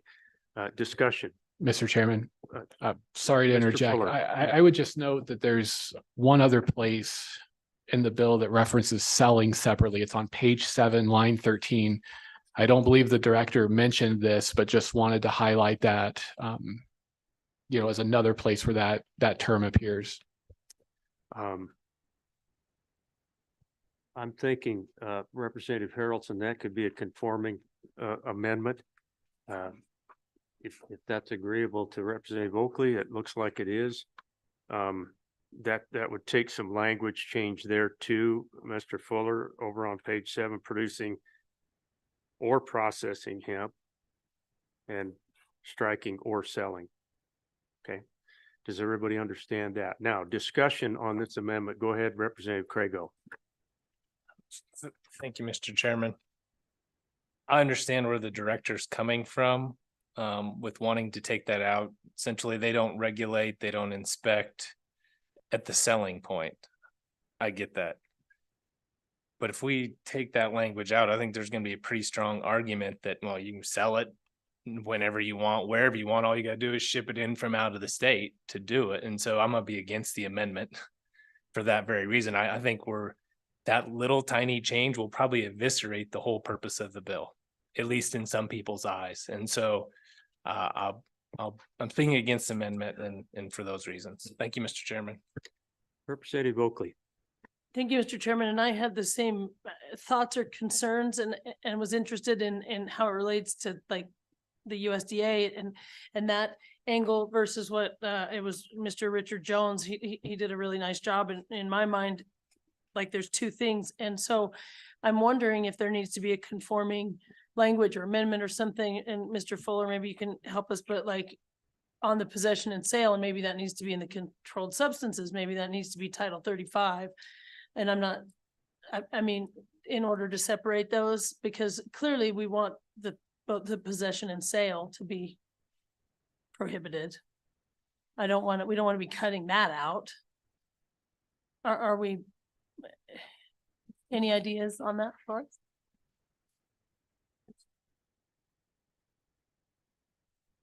Mr. Fuller. Mr. Chairman, I guess I would offer two thoughts. First, I'd have to dig more into Title 35 to know, number one, how that relates to what's happening in this bill, and number two, whether something needs to be placed in that chapter specifically.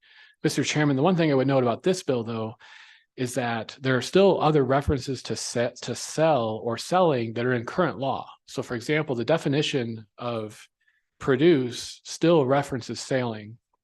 Same on page 4, the possession, purchase, sale, transportation of hemp and hemp products. That language is still in current statute. So, beyond that, I'm not sure I'd offer much more, but I just would highlight those two in response. Representative Harrelson. Thank you, Mr. Chairman. So I think one of the biggest things we always, at least one of my biggest fears when we play this game, is that we have unintended consequences. And so what I'm going to do is I'm going to withdraw my motion at this time until we can get a for sure understanding of what this could have for a ramification. And we can address it as we get deeper into the session as this bill moves forward. I am not recalling a second. I think Representative Rodriguez Williams, you seconded? No? Okay, Representative Oakley, thank you. Does that meet with your approval as well?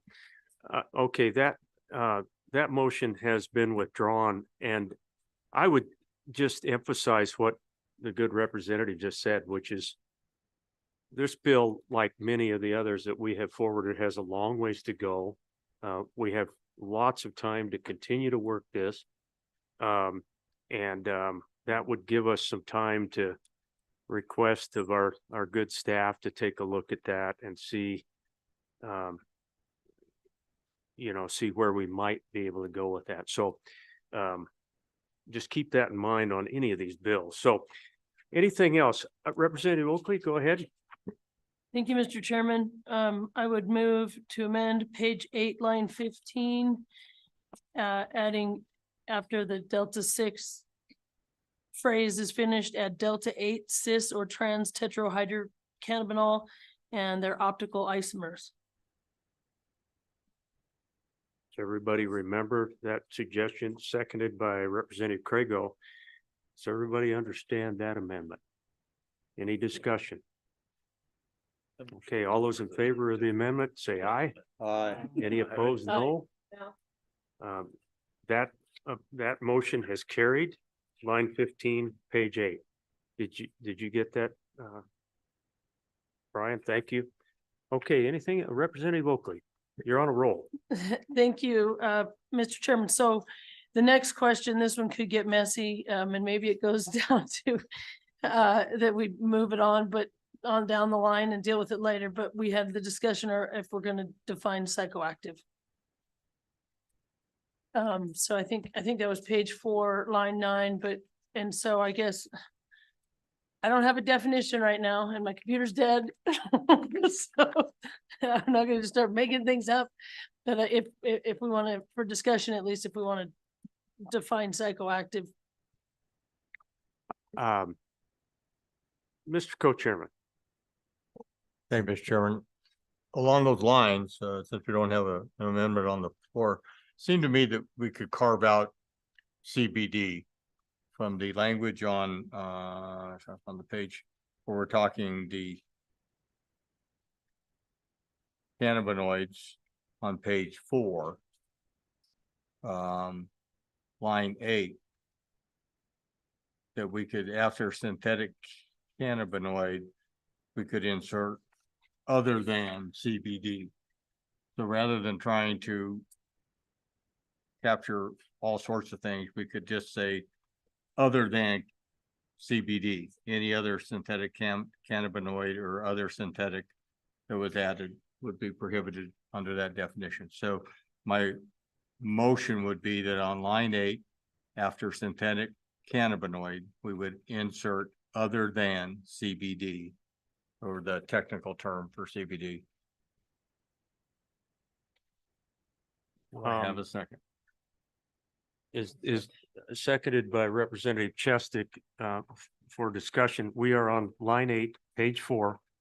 After synthetic cannabinoid, we are adding that language. So Representative Prego. Thank you, Mr. Chairman. So I don't think CBD is synthetic. I mean, it's a plant-based product. It actually comes from hemp. And I think the problem we might run into is by exempting CBD itself, then you could, in theory, you could have CBD with unlimited amounts of THC within the product, even though they're not the same. If it's, I think this goes back to Representative Haraldson's comment a few minutes ago. I think we might be getting ahead of ourselves on some of this stuff, and we might need somebody with some more expertise than us, because I don't know the answer, but I'm just looking at that thinking, I don't think CBD is synthetic, number one. If we're going to exempt it, we probably should do it somewhere else, and we probably have to put some qualifiers on what the exemption looks like, so we're not closing one loophole and replacing it with another. So Representative, thank you. I think there's some merit in that, and I wonder, I'm looking at some of our professionals and people who might be able to ponder as this moves forward, if it does, the very question that's posed by the amendment. So, I think Mr. Co-Chairman just withdrew the amendment. And is that all right? Who seconded that? Oh, it was Representative Chestick. Are you okay with that? So I think that is an area, and I'm looking at Mr. Fuller, if we could just ponder the notion of, is there a way, and I'm looking at the agency as well, can we figure out a way to carve out the products that we've been alluding to all afternoon, the CBD products that I think there's some concern that we don't want those to go away.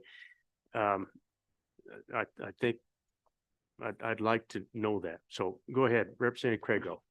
Thank you, Mr. Chairman. I was just going to say, I appreciate the amendment because I echo that. I mean, I feel the same way. If for one instance, I feel this bill is going to prohibit CBD, I'm not voting for it. And I'm guessing most everybody on the committee is not going to vote for it. Right.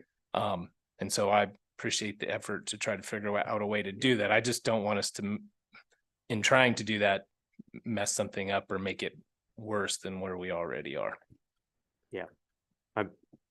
I for one, same spot, Representative Oakley. Thank you, Mr. Chairman. And I think echoing where we're going with this, but I do think that one of the things, if we dig down, what you find out is the CBD doesn't have this psychoactive.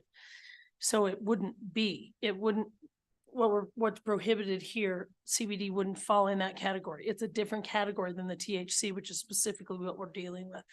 So I think, and I got this from the testimony as well, you're gonna open a can of worms by putting CBD in this instead of not touching it, because at this point, it's not a part of this group. I think we're better off not touching it. We can learn more, but I think from what I feel like we've gotten today, leave CBD out of this THC bill. Okay. Good points made. You know, and I'll welcome further discussion on this before we go to a roll call. But folks, I think we had good testimony from the public this afternoon. I thought there were some very good points made. I don't have any doubt that this is a work in progress, that we're probably going to get to revisit several of these issues in the next interim, possibly. But I like the fact that this would at least be a step in what I think is a necessary direction. So with that said, further discussion. Anybody else? Mr. Co-Chairman. Hey, Mr. Chairman, I will want this product to be constrained from what it is today. But I've made it a point in the past to support legislation coming out of committee that is ready for prime time. You know, we need to work these bills and have them ready. And before we walk before the body in February and say Joint Judiciary is endorsing this bill, I think we need a bill that we're really comfortable with. And unfortunately, I don't think we're there. So as much as I want to move forward with this, I have an objection to the idea that unless we're going to do more work on this bill today, it's not ready for prime time. Representative Oakley. Thank you, Mr. Chairman, and I don't want to just be contrary. But I mean, we've talked a heck of a lot about this in April, September, and today. And I think in the end, the concept isn't that difficult. Just because we start talking about science and isomers and in the end, we've heard from the crime lab that they can't test for just synthetic Delta 8. So we have to add the naturally occurring or synthetic so they can get to the Delta 8, which is the psychoactive. So we've added the Delta 8 to it. We've added the naturally occurring so that it can be tested for. We've heard from the hemp industry exclusively, except for the last gentleman who testified. But from Wyoming hemp producers, they said there's no problem with us hitting the 0.3% with Delta 8, that it's almost minuscule and that the 0.3% is actually fairly high. So I feel like we have heard a lot of testimony and from the crime lab, from producers, from the USDA. And I think this closes a hole that we're hearing about Delta 8 being abused. And specifically from younger people are getting a hold of this because of this loophole. I think we should move it forward. Representative Rodriguez Williams. Thank you, Mr. Chairman. I would agree with the good representative's previous comments. There's been a lot of good work that's put into this. I appreciate all the amendments that have been adopted so far. I think it's a good bill and it has my support. Senator Schuler. Thank you, Mr. Chairman. I would have to agree with Co-Chairman Washit. I think there's probably 90% plus of folks in Wyoming that don't understand what we're doing here. Probably walking away thinking, oh, we're going to take away all their CBD products. I think there's a whole lot of folks that don't understand even the difference between Delta 8 and Delta 9. I think I do, but I would thought with the Representative Washit, I don't think this bill is quite ready yet. I think I understand that, you know, the intent behind it. I understand what we're trying to do. I am really more concerned right now with our younger people, you know, getting their hands on marijuana that's coming in from other states than I am our older folks that are needing the CBD products who may not understand that we're really not trying to take those away from them. So I would totally agree with, I mean, I think we can get there somewhere, somehow with this committee, but I just don't think it's quite ready yet. Thank you. Anybody else? Anybody else? Clarissa, can you do us a roll call, please? We are considering LSO 0285, working draft .5. Senator Case, Senator Cooper, Aye. Senator Furphy, Senator Schuler, Representative Chestick, No. Representative Craigo, Representative Haroldson, Aye. Representative Jennings, Representative Nemec, No. Representative Oakley, Representative Provenza, No. Representative Rodriguez Williams. Aye. Co-chairman Washit, No. Chairman Landon. Aye.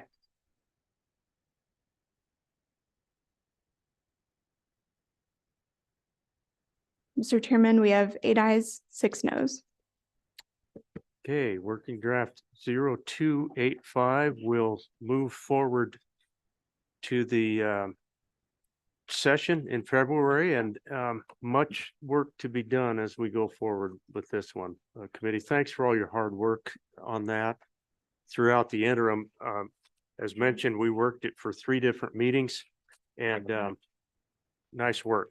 So let's take a quick 10-minute break, and then we're going to come back and get a report on the homelessness issue that it was put together by our staff, and we'll come back in 10 minutes.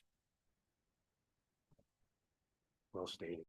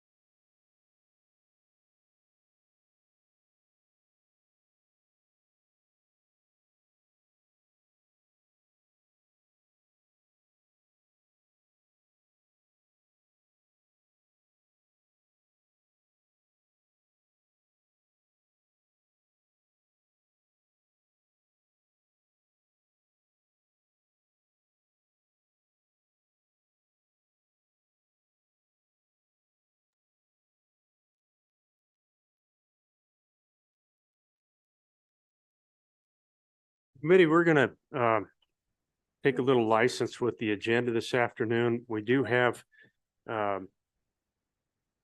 another law enforcement issue, the Peace Officer Standards and Training Commission records consideration. We have LSO 284. I'm gonna take that up first, and then we'll follow that with the report if time permits. And so Brian, if you would be kind enough to walk us through LSO 284, please. Yep, Mr. Chairman, this is working draft 0.57-01 in the online meeting materials. The committee heard testimony in September about issues involving officer incidents and challenges with the Peace Officers and Standards and Trainings Commission obtaining records of law enforcement officers for purposes of reviewing qualifications and certifications, and then requested this bill draft, which is based largely on one that was introduced in the 2023 general session. This draft would require law enforcement agencies and the Department of Corrections to provide relevant portions of personnel files for peace officers, dispatchers, and corrections officers to the post commission. So on page 2, line 5,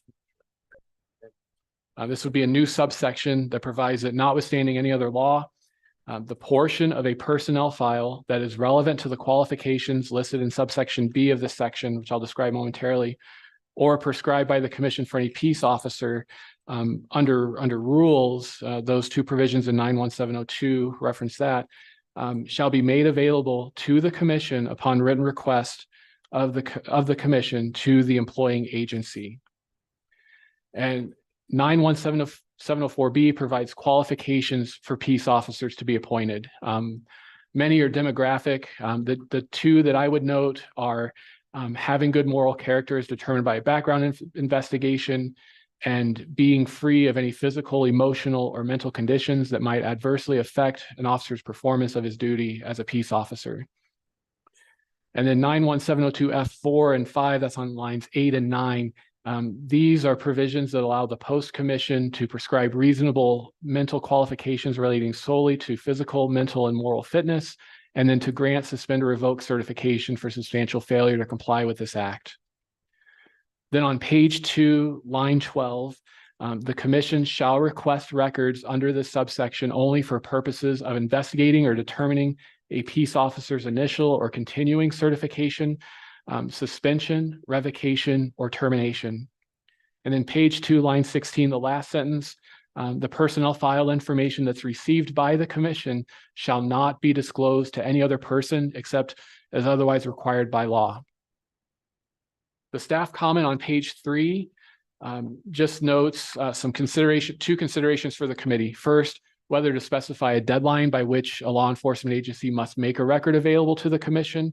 And second, whether the language really is that first line of the subsection, notwithstanding any other law to the contrary, whether that should be that broad, should it be limited to the Public Records Act, or common law privileges.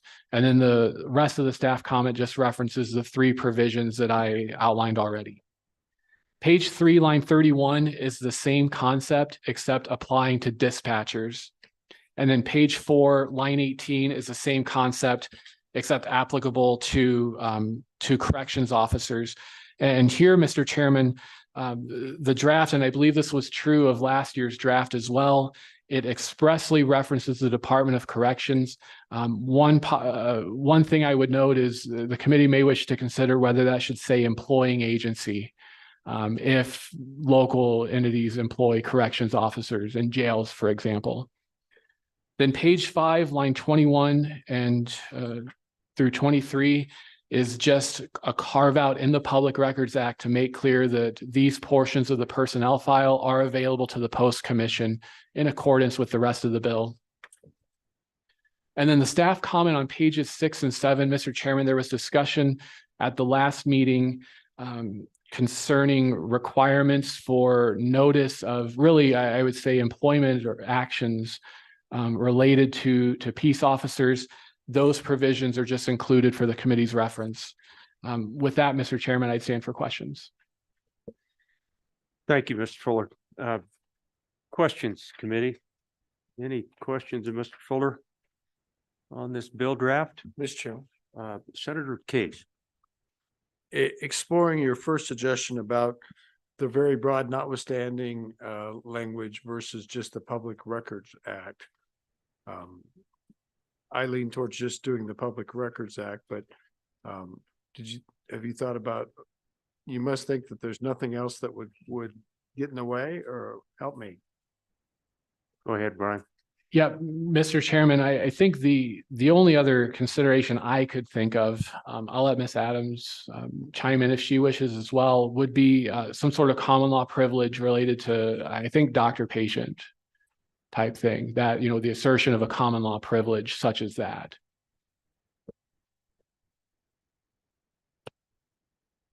So, Mr. Chairman, just follow up. Go ahead. So if we Senator. use very broad language like notwithstanding anything that squashes common law as well. Is that what you're telling me? I don't know if I know. I've never had encountered this. Mr. Chairman, Senator Case, I mean, ultimately it would be up to a court. So, Yeah. you know, I would put that out there first, but it is a very broad phrase. It's notwithstanding any other law. It's the most to the powerful contrary. phrase in legislation, actually, the magical notwithstanding. But Mr. Chairman, if there was a common law history, I mean, I'm not sure we should try to head that off or anticipate what that might be, or even think that it might exist in this circumstance. I'm trying really hard. I'm kind of going for the public records narrow definition. And Mr. Chairman, Senator Case, the one other thing I would note with that particular piece of it is, I mean, one of the qualifications is, you know, freedom from physical, emotional or mental conditions as well. So yeah, that, you know, that certainly a policy decision for That's the a medical- committee, but you know, that, you know, the question is, you know, whether those records should be available to the commission for review, or should that agency be able to assert some privilege that would preclude the disclosure to the post commission. I think that's maybe another way to put the question. So can I have one more follow-up? One more follow-up, Senator, and then we'll go to. Then I'm going home. Representative.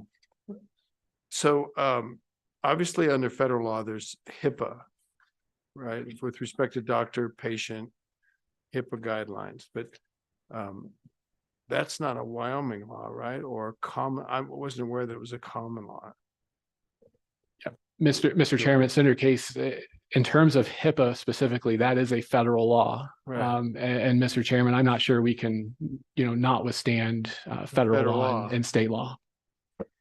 All right. Provenza's good. Representative Provenza, go ahead. Thank you, Mr. Chairman. I think, and this might be a question that maybe the director can help with, but talking about some of the provisions that are under the peace officer requirements and what needs to be met for someone to be certified is fitness, psychological fitness. So psychological evaluation records. Under that, are you suggesting that that might be something that fits under that notwithstanding? Given that's a requirement of their employment. Yep. Mr. Chairman, Representative Provenza, really just highlighting a question that came up during our review process is kind of the primary purpose of that. You know, Mr. Chairman, Representative Provenza, correct in that 91704B does reference you know, the evaluation of emotional or mental conditions. I think it goes as far as to say that evaluation must be done by a licensed psychologist or psychiatrist as well. But the scope of this disclosure requirement, I think, is squarely within the committee's purview to decide. So, Mr. Fuller, you referenced specifying a deadline. And I wonder if you have any thoughts on that. And I'm kind of throwing it out there just so that the director of the peace officer standards might know that we will ask about this. But what time frame are you? Oh, and I've been handed a little thing here that might help, but I was just wondering what kind of time frame we ought to think. So, Ooh, Mr. Chairman, I'm going to pass on that one. That's definitely a committee question. yeah, we might dodge out from underneath that and get back to it later. So, thanks, Mr. Fuller. Appreciate it. Any other questions of Brian? Okay, let's move on, and Executive Director Walsh, if you would like to come up, and Director Shannon too. And then Director Shannon, if you can come up and sit right alongside if you'd like. You'll be right here just to pick it up where Mr. Walsh leaves off. How about that? Appreciate you guys hanging in there with us today, and take it away, Chris. Thank you, Mr. Chairman, members of the committee, and I appreciate the work that you've put in on this, and I've reviewed the draft that we have here. I've also reviewed the amendments that are recommended for it. It is difficult at times to be the one that's responsible to ensure that people are hired properly and maintain employment properly when you don't necessarily get the access to the records that. And an important thing is could prove or disprove allegations in an investigation against an officer. And we're talking about those. You were just touching on the psychological and the physical. That's also addressed in post rule. A physical is not like a PT test like you might envision. It is, can they meet the physical aspects of the job specific to each organization? So everybody has those physical requirements, and that has to be done by a physician's assistant or by a physician to certify they're qualified to do that job. And psychologically, it is a psychologist or a psychiatrist that has to provide whether they're fit for duty or not fit for duty. And what you may run into on psychological, for example, would be a person that is not a danger to themselves or to the public, but it's just job burnout and I can't do this anymore. That would be handled differently than a person who would be in a dangerous state. Does that make sense to everyone? And from what I've read on this, there was a question brought up, corrections officers versus detention officers. Those are two different categories in the state of Wyoming. Corrections officers all work for Director Shannon. They're at the state level. Detention officers work for county jails. And they fall under, when we look at page 1, line 9 there, where it talks about section 1, I guess as it goes over to page 2, where qualifications for employment as a peace officer, detention officers are embedded in that statute. And just so that it's clear, because it's already raised a question here, it might be wise if maybe further down in the recommended language, like for instance, line 9 on page 2, if it said peace officer or detention officer, then the average person wouldn't read it and have the question, well, what's a corrections officer? What's a detention officer? That just might be a clarifying thing that would be helpful. And there's just 2 instances on that page. It would be line 9 and line 14. And then I think that would address the problems.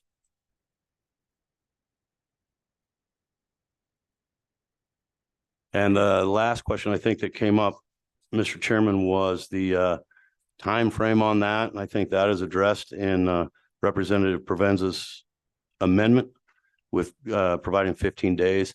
The 15 days also corresponds with pre-existing statutory language on when an agency is supposed to notify post of a person separating employment or being terminated from employment or being hired.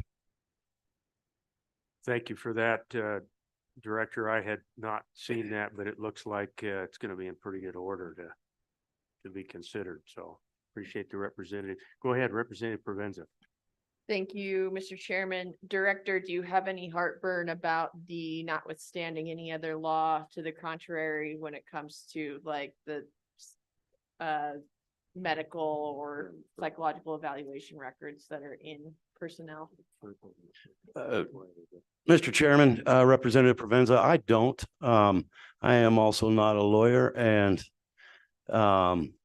but here's a common view. So when we talk about a medical record or a psychological record, those you oftentimes think that that belongs to me personally. So if Officer Walsh goes in and gets a psychological, that is my record. That is not the case in a police department or sheriff's department. The sheriff's department owns that record. And so they're able to provide those when they see fit. They are very protective of them. Of course they are. And in some cases, I've been able to subpoena and get those records, or they're willing to give them to me, but give me a subpoena just to cover our agency. Okay. Anything else for the director? Okay, if you, Mr. Walsh, if you could stay put, we probably will have some questions going forward, but I want to go to Director Shannon and Director, thanks for being here. Appreciate your patience today. Tell us about this bill and any comments you might have. Mr. Chairman, committee members, my name's Dan Shannon with the Department of Corrections. Mr. Chairman, I just have a few comments. I don't really have a concern at all with the bill. Regarding the comment about the physical aspects, Department of Corrections requires a physical drug test. Less than 8% of the applicants even qualify to apply. I do agree with the separation of the detention officers and the correctional officers in the bill as recommended by Director Walsh. And in reference to Representative Provenza's comment about being protected, if it's a psychological test, we would require a subpoena because that is tied in, and we comply with that. We have 581 officers. In the last 12 months, we submitted 6 reports to Director Walsh's team, and he and his team have unrestricted access to all our reports. Beyond that, I don't have any further comments. I stand for questions. Thank you for that. Go ahead, Mr. Co-Chairman. Thank you, Mr. Chairman. I'm not sure if either one of you can answer this, but are either of you familiar with any other state agency that has a certifying body for their personnel that doesn't have access to these types of records? Is this unique to Post, or does this extend beyond Post where other state certifying bodies are having difficulty accessing personnel records? Mr. Chairman, Mr. Co-Chairman, I can answer that partially. Nationwide, Post agencies are not authorized to see a criminal record, a criminal background check performed through NCIC or the CJIS system in the United States. To the extent that if I were to receive that, it was a long-standing tradition that a person would be background checked to make sure that they didn't have any felonies or any significant crimes in their past, family violence, something like that. You run a background check on me as an applicant. That background check is a letter from DCI that says this person is clear, felony records, or maybe show a misdemeanor record. We can no longer have access to that. The FBI has made it very clear nationwide that should we continue that process, they will close the state down on records of that nature. That's across the country. It was being worked on about 3 years ago by the Attorney General to reverse that, and since then it has not. So as far as the criminal records check now, my verification is the agency head verifies that they have no felony or firearms disqualifiers in their past. And as far as the personnel records, it's varying. Many Post agencies actually are a repository for all those, which I don't want to be. I just would like to see those records if it came up in an investigation or something suspect. Representative Provenza, go ahead. Thank you, Mr. Chairman. So if you're not allowed to get access to that information federally, if someone commits a crime out of state, how are you made aware of potential criminal conduct outside of Wyoming border? Go ahead, Director. Mr. Chairman, Representative Provenza, I can tell you how I've been made aware in the past, and it is typically by the parent agency of the organization. Other methods have been by citizens, so that we don't have a restriction on who can file a complaint with Post.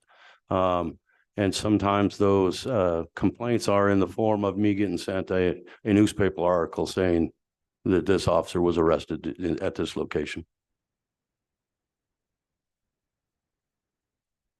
Further questions of either one of our directors?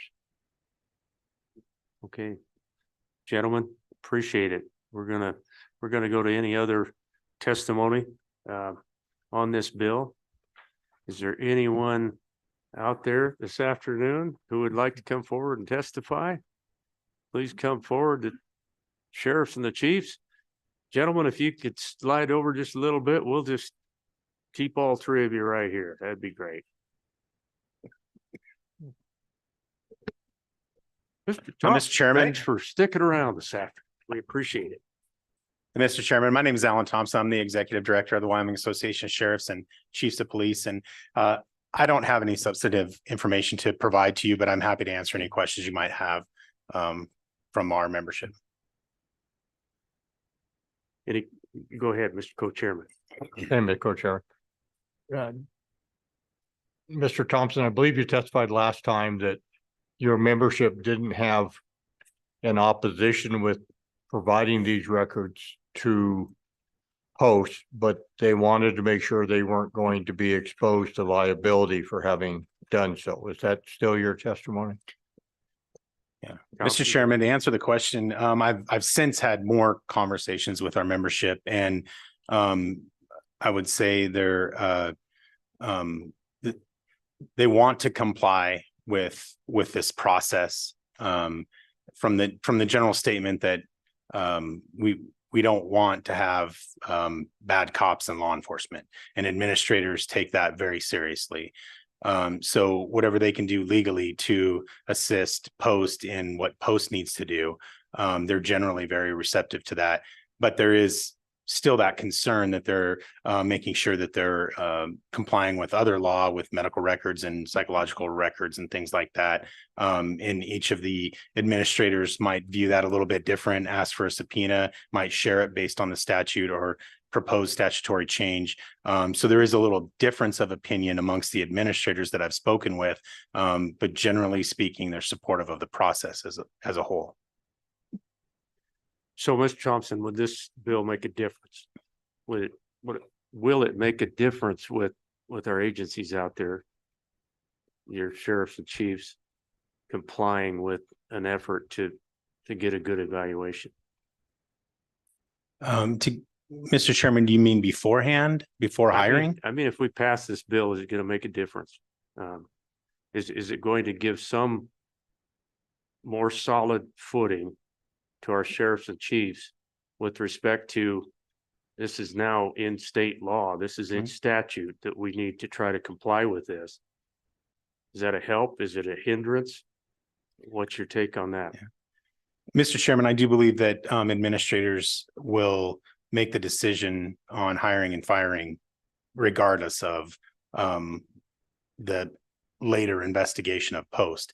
But generally, I would say it would be helpful for limiting that opportunity for lack of a better word, bad actors moving to other organizations and agencies, which is actually a nationwide push that we've seen for the last couple of years, and make our agencies more successful in doing a proper background investigation beforehand to make sure that those considerations are available. Okay, thank you. Any further questions, committee? Go ahead, Mr. Co-Chairman. Mr. Thompson, I think the point here isn't hiring and firing, it's decertification of bad actors. Yes. And I think what my co-chairman was getting at is if we pass this law, will chiefs and sheriffs be more inclined to provide these records in a timely manner to Post for decertification purposes? Or will those concerns that you expressed with other laws still exist and this statute change won't make any difference? Your thoughts on that? Thank you. Yeah, Mr. Chairman, to answer that question, I don't know if will or won't make any difference. I believe in the conversations that I've had with the administrators, and that's not all of them. I mean, I've had conversations with several of the administrators. They're happy to comply with this. And I would say many of them were able to comply with this before the law, and I think this just codifies it and arguably would make it easier for them to comply to it. Okay, Representative Provenza. Thank you, Mr. Chairman. Maybe it might be helpful for Director Walsh to kind of walk us through what issues are, because he had mentioned briefly today that sometimes an agency says they need a subpoena because the statute is not clear. And I know in my district in Albany County, the district court recently said that the state statute is not clear, that it does not give Post the authority to get access to these records. And therefore, the agency, Albany County Sheriff's Office, did not hand records over to Post in an open investigation, which creates a problem when you're trying to get to fact finding. And so maybe the director could just kind of clarify that, because I think it's hard for someone to maybe understand what is going on if they're an agency that gives records up already, because some agencies are doing that. The department is doing that, but I think that there's potentially ambiguity in the statute, which keeps people from feeling like, I don't want to get sued by the officer. I don't want to violate their due process. So I don't give those records up because it's not clear.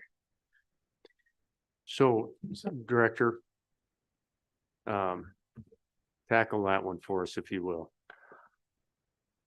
Thank you, Mr. Chairman. Representative Provenza. I guess let me go through a typical complaint process. I'll receive a complaint, gather the facts surrounding it. And as it moves forward, some of those facts are going to be embedded in an internal investigation or into maybe a psychological evaluation on fitness for duty. In most cases, agencies are very cooperative, provide me the information that they've already done on an internal investigation. And when we get to areas in particular of like a psychological evaluation, if that's pertinent to the case, because it is a requirement for employment in the state to be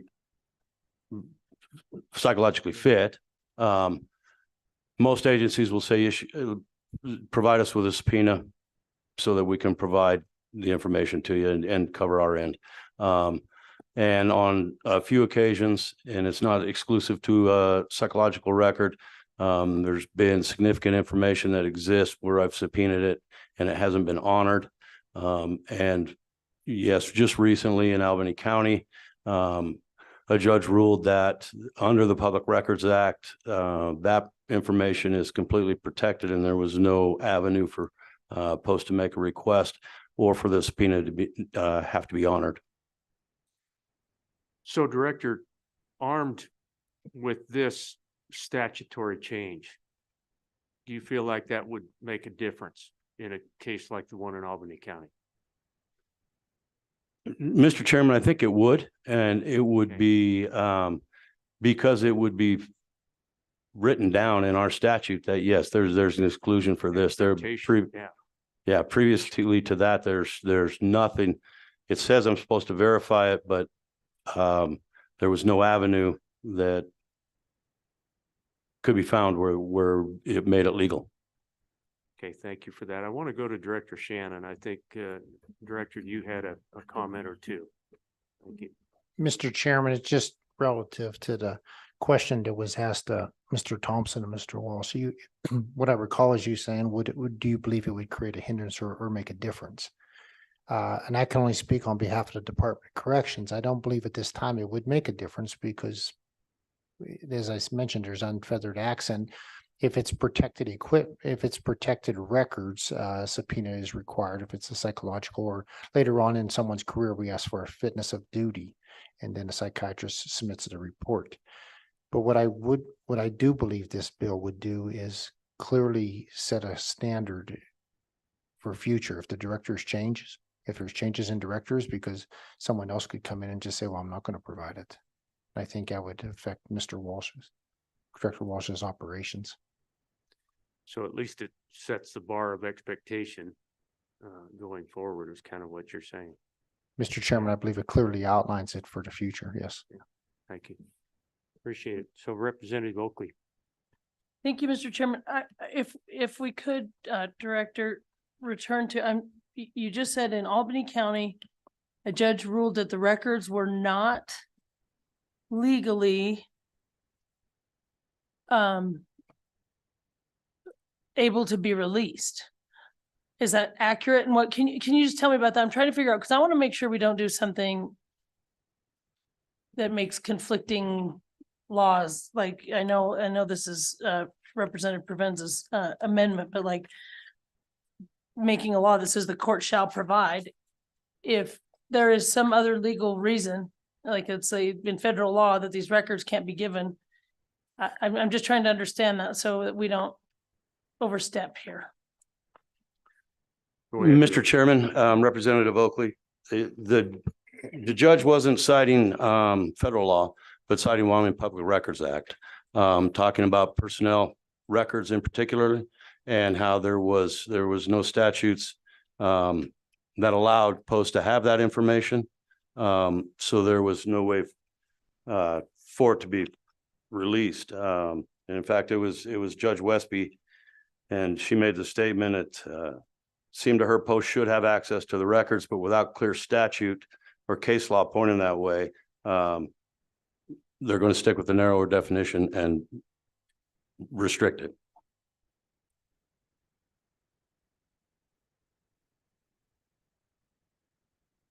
I don't have the case citation. I'll get it to you. I think maybe Representative Provenza, you might have that case. Thank you, Mr. Chairman. Representative Oakley, I can certainly send you the files that I've printed from our courthouse, but it's Albany County or Post v. Albany County. I think the decision was made like 2 or 3 months ago. Maybe earlier, sometime this summer. Okay, so further questions for any of these three gentlemen? Further questions? Okay, thank you, gentlemen. I want to make sure we get to any other testimony on this bill, and I'm not seeing any in the room. Clarissa, do we have anyone out there in streaming land who would like to chime in on this? We are considering 284 working draft 0.5, peace officer records and reporting. Okay, thank you very much. So I'm going to close public testimony. What's your pleasure on this bill, committee? Move the bill. Okay, moved by Senator Case, seconded by Representative Provenza, and thirded by Senator Cooper. So discussion. Are there any proposed amendments on this bill? And Representative Provenza. Thank you, Mr. Chairman. I would like to move the proposed amendment that you have drafted on paper with some slight changes, but I'll wait for a second. So moved and seconded. Representative, you did provide that. And I'm feeling quite hurt because I seem to be the only one that you didn't even give a copy to. So, boy, I appreciate it, Mr. Vice Chairman. So, yeah, we're good. Yeah, we got it right here. So, Mr. Chairman, there should be copies placed at everyone's seat. I know there should be. Mr. Chairman, I just wanted to explain it to you, so I didn't give you any more labor to do in reading the amendment. So I really was doing you a favor. Thank you. That makes a lot of sense right there. So Representative Provenza, please walk us through this amendment. You have made the motion. It's been seconded. We are considering the amendment. Thank you, Mr. Chairman. You'll see on the amendment, so page 2, line 12, it says delete agency. We don't want to delete the agency. We're fine with the agency. We just want to delete the period after agency and then insert on line 12, not later than 15 days after the commission makes a written request to the employing agency for the personnel file information. So, Mr. Chairman, what this amendment does conceptually is we are just putting a date, a timeline on this. And in the event that an agency decides that they still don't feel comfortable, despite state statute mandating that they hand over records, there is a mechanism involved through the court. Then they could make a case to the court saying, this is why we don't want to give this up, and the court will order those records. So there's still some mechanism if anything becomes an issue, but Mr. Chairman, this just handles that staff comment about whether to specify a deadline. And in discussion during your last meeting that I listened to, there was discussion about, consequences. What happens if an agency still decides they don't want to participate in this? And Mr. Chairman, I think that this bill will clarify that. I don't anticipate we'll continue to see those problems with the clarification in statute. But I do think that this provides that mechanism without then potentially violating someone's due process or putting the other officers at that agency to get any detriment from any punishment because the agency head doesn't follow the statute. So that this amendment just creates the court to a mechanism through the court and provides that deadline.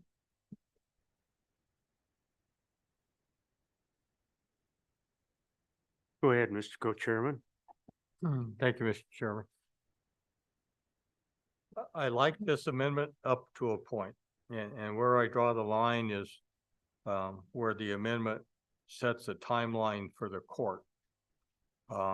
We've heard ample testimony about how busy our courts are and the workload that they're under. And I don't know that there's the essential, it's not like we have a child who's endangered. We have to get a court order issued immediately. This is a situation where it may take the court more than 15 days to handle a case like this. And so on page 4, line 11, the amendment says that not later after 15 days after the petition, the court shall order the employing agency to provide the requested personnel file.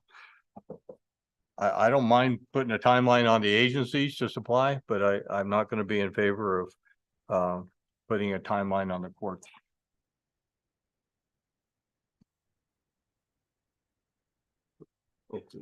And let's go to Representative Oakley, and we can certainly consider an amendment to the amendment. Go ahead, Representative Oakley.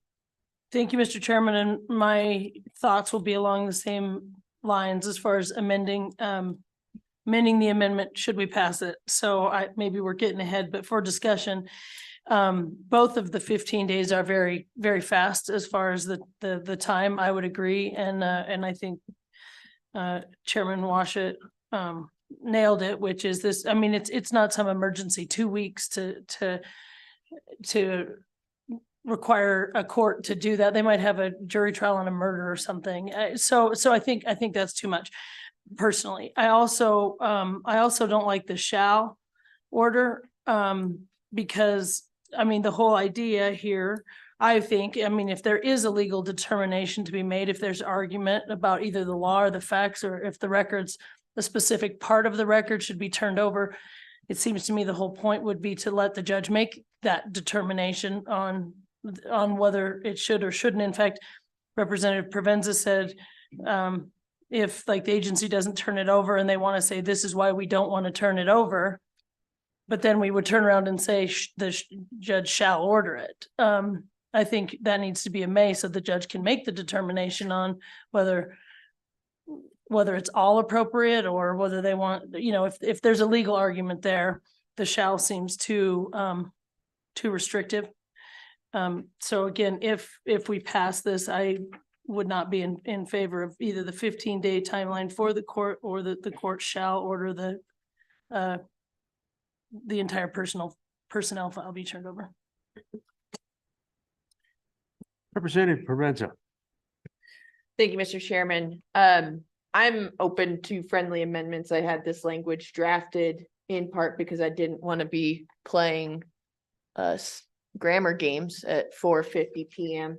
But have kind of what we needed. So if, if the committee feels that they need to take out the 15 days on the court, I'm fine with that. I used some strong language in how I drafted this amendment, in part because there's the little like wiggle room that there's been has created confusion. So trying to make it in no uncertain terms.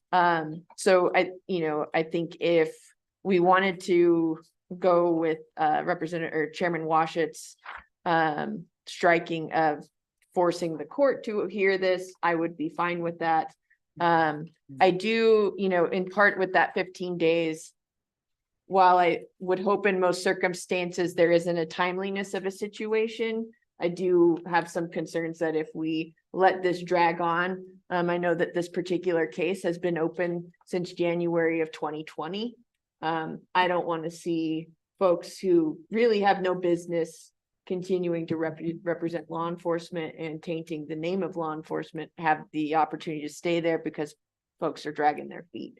But I can understand this committee's hesitancy. So that's where I was at when I drafted that. Senator Case, maybe you've got an idea of what we can do on this amendment. Possibly, I don't know.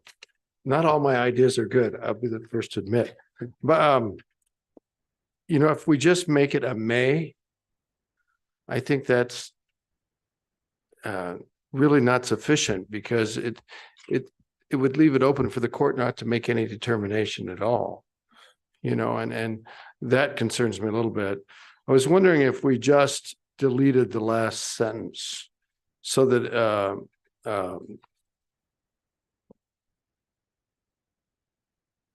so it says, if the Department of Corrections fails to provide the personnel file information within 15 days of the commission's request, the commission may file a petition with the district court for the release of the personal file information, period, without a deadline, and without presupposing the outcome in a way. Because if you give them a may, it's a may, it's not a may about the determination. It's a may as whether they do the determination or not. They may not even take it up. And I guess that's okay for some of you, but it's a little bit more wiggle room than I want. What do you think about this? Let's go, Chairman, then we'll go to Representative Carrigo. Yeah, I don't think there are three places in this amendment more than we talk about the courts. And I think if we strike the last sentence in all of those where it says not later than 15 days after the petition is filed, the court shall order employing agency to provide the requested personnel information to the commission. We strike that last complete sentence of each of those three places. I think that gets us that would be what I was just using that one as the example. I think my second agrees. And now I'll move it. So it sounds like we've hit on something that might work. And the other issue is how many days we allow for consideration of the commission's written request. Representative Oakley indicated that's pretty quick turnaround. Do you have a different idea on that front? Representative, go ahead. Thank you, Mr. Chairman. You're saying as far as from the time they request it, because we've already gotten rid of it, the court's 15 days. So you're saying, I still, we could double it as far as, the 30 days is still, a month. I don't think that's too long. Again, they also are busy agencies. So I didn't do a very good job of explaining that, and that's my fault, Representative. If the employing agency fails to provide that information in 15 days, I wonder if we're comfortable with that, if that's too quick of a turnaround that we're asking an agency, but go ahead, Senator. Well, just procedurally, could we do the two motions separately? Just handle this one about the courts all the way through with a vote, and then we could do the agency separately. Well, we haven't even passed the amendment. I'm asking for a vote. So, so what I'm Representative, what I thought we could do is friendly amendments to the amendment, and then we'll move this amendment and. And we pass it can or- take up the next pass it or one. fail it. Yeah. Okay, so I hope that makes sense, committee. Go ahead, Representative Provenza. Thank you, Mr. Chairman. I guess I'd like to check in with the agency director real quick, but conceptually, I guess now if we were to strike the court out, if the employing agency fails to provide the personnel file information within 15 days of the commission's written request, then the commission, Director Walsh, then files a petition with the district court for the release. That's already what's happening. Is that correct? I mean, then if you don't get if the agency doesn't get something upon request, then they have to go to the court. So It is representative, but without the rest of it. this then- statute will be in existence in Yeah. the future. I So guess that- I'm that's now the one. questioning, Mr. Chairman, if the amendment is if I wrote a bad amendment. Now that if we're talking about taking the court out. Representative Craigo, and then we'll come back to the co-chairman. With the chair's indulgence, I was just going to address Representative Provenza's concern. I think the amendment's still good. I think we put a timeline, we put a response timeline on the agency, whatever we decide as a committee that the appropriate timing is, whether it's 15 or 30 days.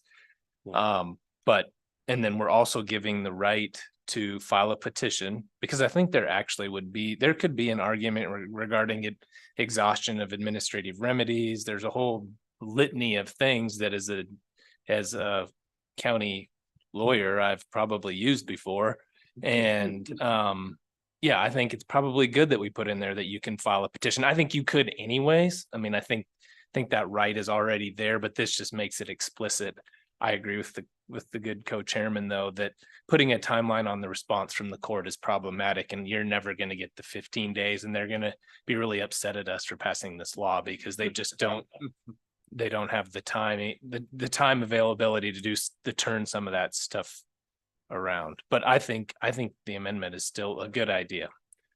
I meet with the judges here in about a month, and I don't want them upset. So, Mr. Co-Chairman, go ahead. Thank you, Mr. Chair. Just a quick question for Director Walsh is, are you under any time constraint? Do your statutory requirements dictate the commission has a certain limited amount of time in which to render a judgment in these cases? Thank you, Mr. Chairman, Mr. Co-Chairman. I am not mandated on when I have to turn around an investigation. There is a question whether or not Post has jurisdiction on a person whose certification is expired. The Post Commission has ruled that we maintain jurisdiction over an expired certification so that person can't move on to another agency. However, OAH has ruled that we do not.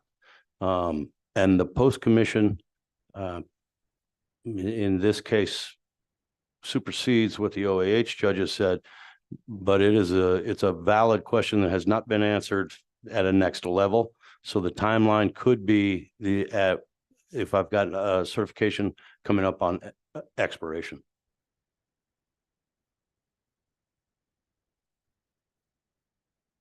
So, committee, it strikes me that that a petition to the court is going to carry some weight anyway. So, maybe the deadline of 15 days is not reasonable, but I would think that the courts would respond. But go ahead, Representative Oakley.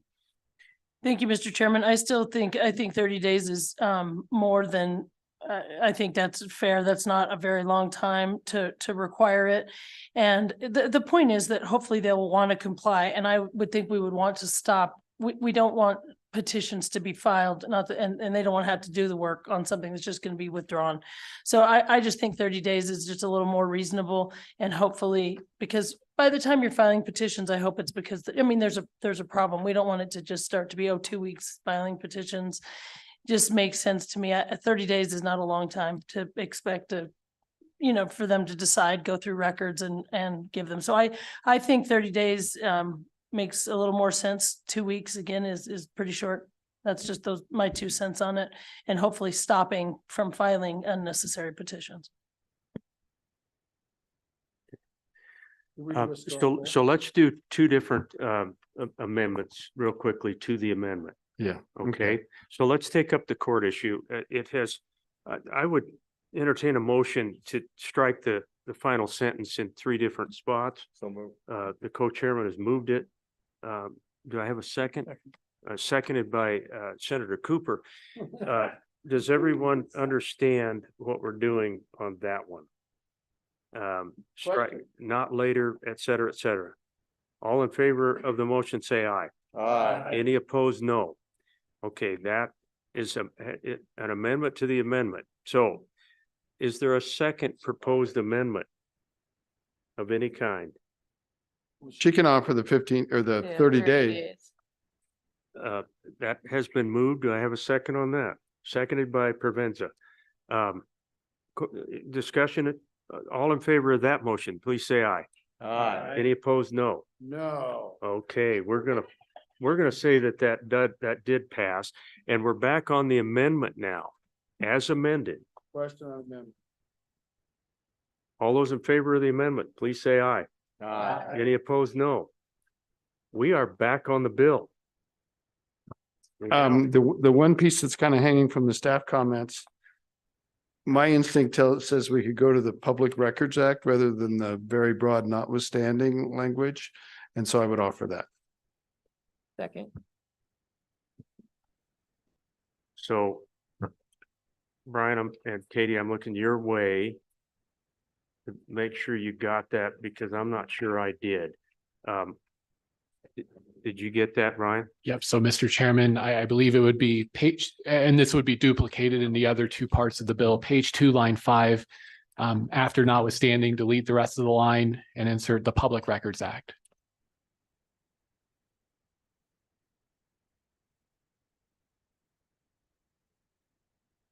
Does everyone have that one? I've gotten a couple of frowns. Let's make sure we've got this. Now, Senator Case, can you walk us over? Mr. Chairman, so it has to do with the interaction of this bill with any other law. Notwithstanding is the most broad thing we can say. We can say no matter what exists in Wyoming statute or anything, this takes precedence. And really, I think we're getting at public records and what's a public record. I just think it's better to stick to the narrow tenets of this and say, notwithstanding what the Public Records Act says, this goes. How'd I do, Brian? Mr. Co-Chairman. Just to be clear, we're talking about this in 2 different places in the bill. Three? Okay. Okay, does everybody have that? Go ahead, Representative Crago. Thank you, Mr. Chairman. I have a little bit of concern with that change. I agree that we might be too broad with notwithstanding any other law to the contrary.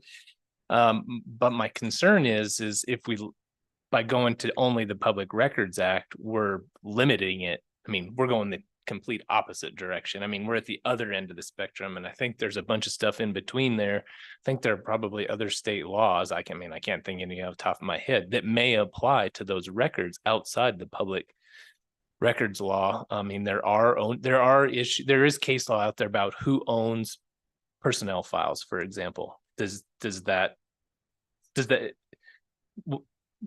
some of it is, but there's also case law out there.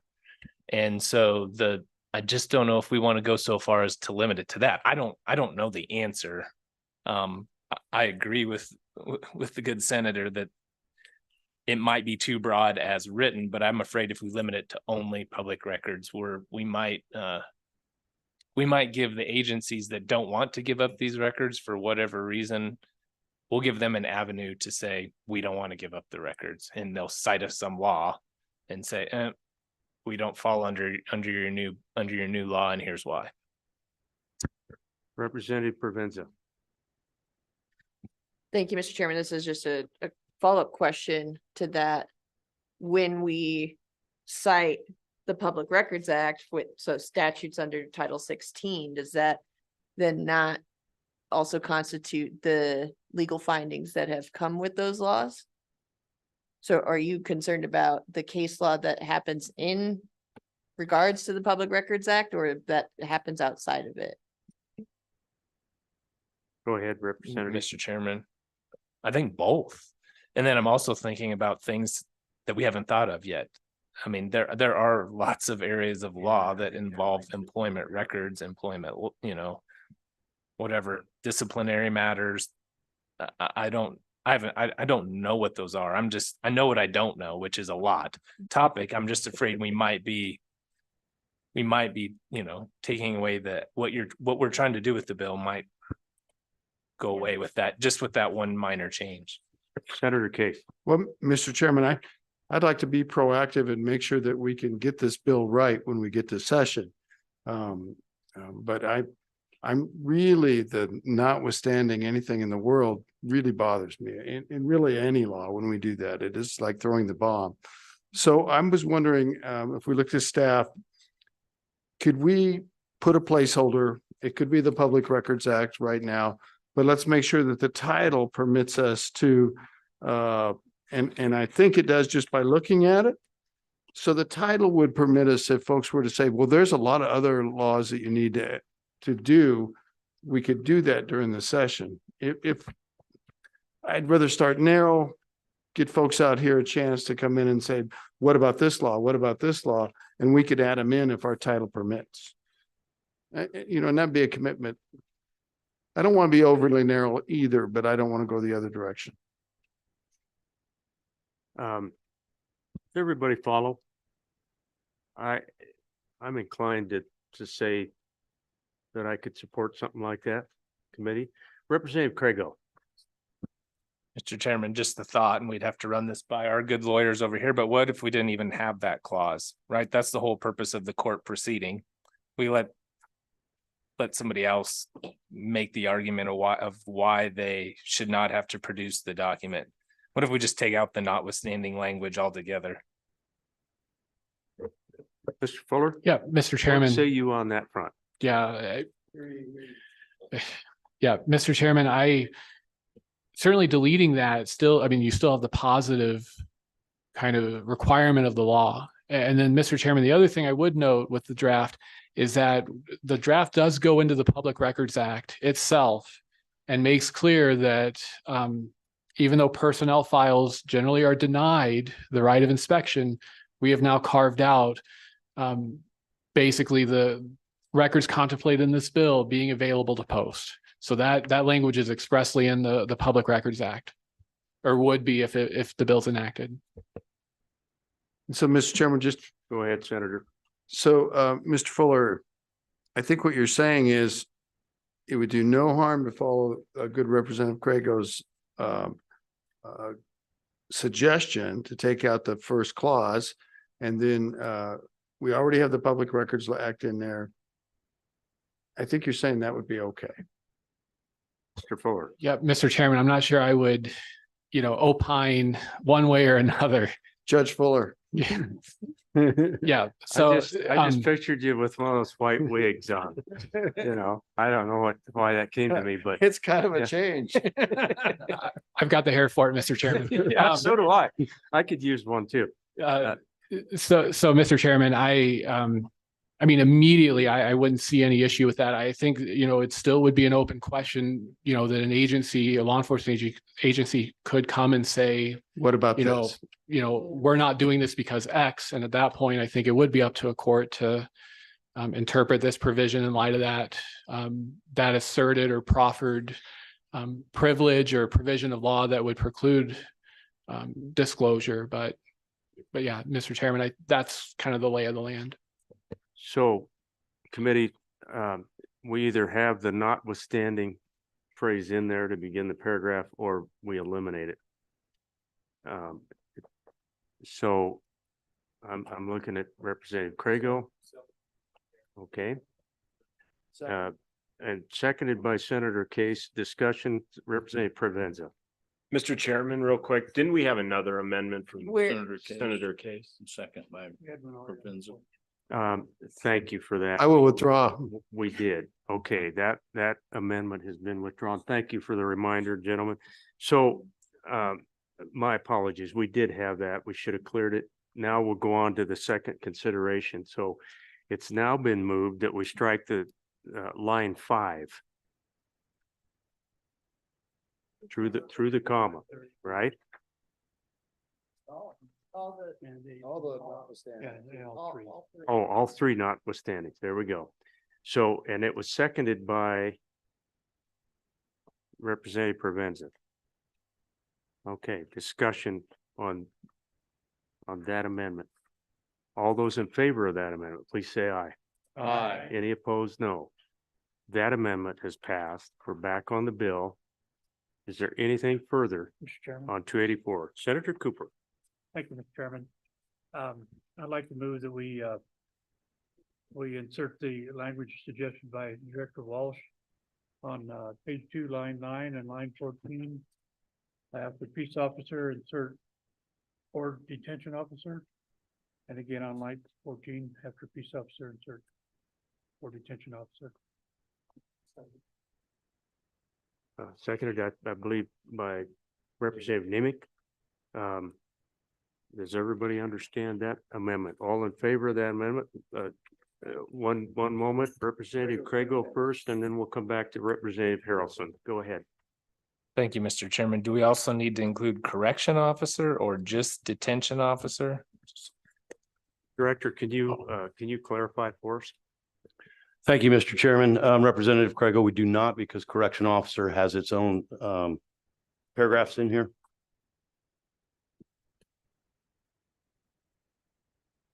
Mr. Chairman. Representative. Yes. Harrelson, go ahead. Thank you, Mr. Chairman. So just, and I'm sure this would have been caught, but it would be officers on the second line and officer on the first.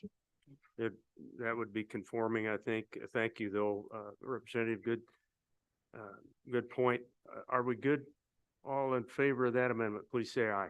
Aye. Any opposed? No. And that amendment has passed. We are back on the bill. Anything further? Carissa, would you please take roll on 284 working draft point 5? Senator Case, Aye. Senator Cooper, Aye. Senator Murphy, Aye. Senator Schuler, Representative Chestick, Aye. Representative Craigo, Representative Harrelson, Aye. Representative Jennings, Aye. Representative Nemick, Representative Oakley, Aye. Representative Provenza, Aye. Representative Rodriguez Williams, Co-Chairman Washit, Aye. Chairman Landon. Aye. 14 ayes. Okay, I'm looking over at staff and Clarissa, I know that we've had people waiting patiently all day, and I feel badly about that because we just went overboard on the agenda by a little bit. I'm pondering whether or not it would be okay to push this forward to tomorrow morning. The report that we were going to ask you to give. So, Brian, any concerns on that front? We do have people who I think wanted to testify. We do, Mr. Chairman, and I think the only question, maybe if we could just add him for a moment to see if he would be available in the morning, perhaps, Mr. Chairman. Let's try to do that. If you wouldn't mind, Clarissa, would you please pull whoever that is? And I apologize, but I think that would be a little bit better received first thing in the morning than this late at night. And Mr. Chairman, conceivably, if whoever wants to testify can't be here in the morning or it's inconvenience, they could offer their testimony now and we could hear the rest of the report in the morning. That's a very good point. Thank you for that, Senator. A good point. Okay, so Clarissa, what'd you find out? Mr. Chairman, we do have Dan Odell online now. Okay. Thank you. So let's Mr. Odell, if you would please, just for the record, give us your name and if you'd like to testify this evening, we sure want to let you do that. We would also welcome you back in the morning. I think we're going to take up this issue first thing, but we don't want to miss. You've been patient, so please take it away. I appreciate that very much. My name is Dan Odell, and I'm the senior minister at First United Methodist Church here in Casper, Wyoming. Mr. Chairman and the committee, I'd like to talk about some of our recent efforts to provide outreach to the homeless here in Casper. On the first and third Fridays, we've had a resource fair, and it's been a real community effort with the Natrona County Health Trust, Mercer House, Central Wyoming Counseling Center, Salvation Army, Healthcare for the Homeless, Natrona County Health Department, Interfaith, which is a nonprofit that helps people get IDs and clothing, that kind of thing. We've got representatives from Sober Living Homes and the Community Action Partnership, which is a charity arm of Natrona County. We've had anywhere from 53 to 104 guests on any Friday. And one of the things that's become very apparent is the number of homeless that gets reported in Casper is significantly lower than what we're seeing at those events. We desperately need funding for emergency shelters. Right now, there's really, outside of the mission, if you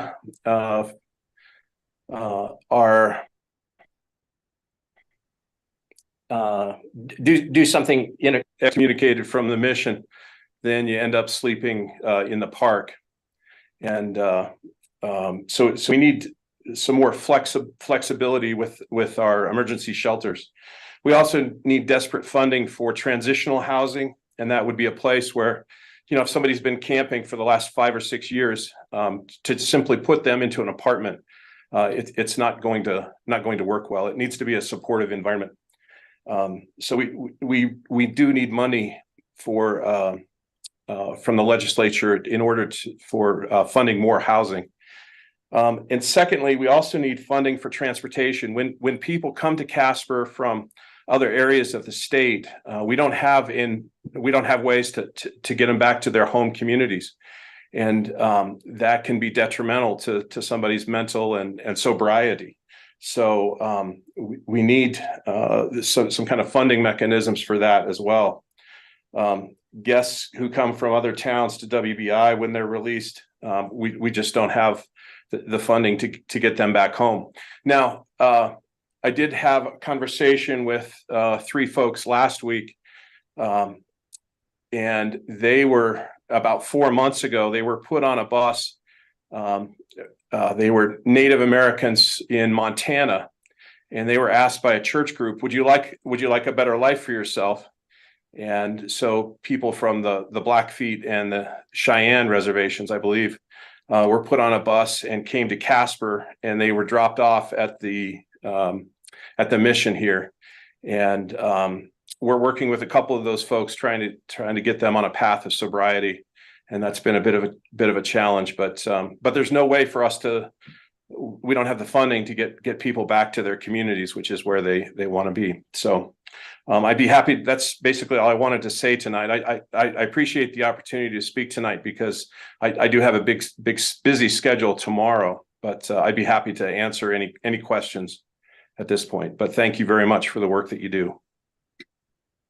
Pastor Odell, right back at you.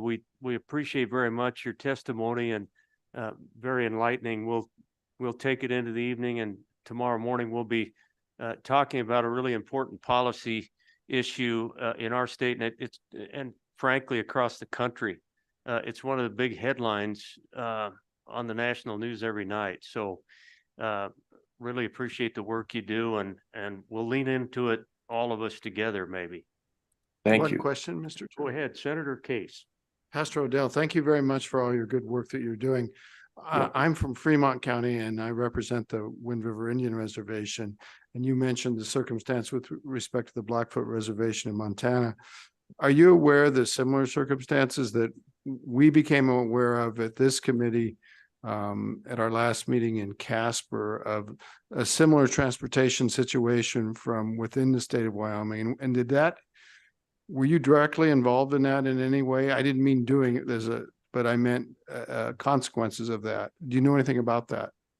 I have had contact with a couple of folks who are from Riverton, and we have done what we could to get folks back into their community. I've not talked with any of the folks directly that said that they were put on a bus from Riverton and sent here, though. I don't have any anecdotal knowledge or can't relay any stories about that at all. But there are a lot of folks I know that are from Riverton, and sometimes they can be a bit challenging here on the corner at Second and Beach with intoxication. So, Mr. Chairman, nobody at home knows anything about it either, so it's kind of crazy. But thank you, Pastor Odell. Appreciate the work you do. You're right there. Thank you. Yeah, thank you. Thank you for your patience, Pastor, staying with us tonight, and really valuable testimony. We appreciate it. Have a good evening. Thank you, sir. Take care. Thank you.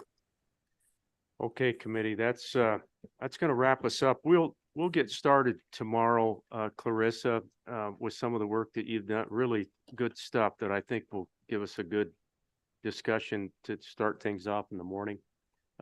Anything else for the good of the cause, committee? Okay, we do have a little reception tonight. Hopefully everybody's very much aware of that. It's at the historic Labonte Hotel, 6 o'clock tonight. And so hopefully we'll see everybody there, and look forward to that.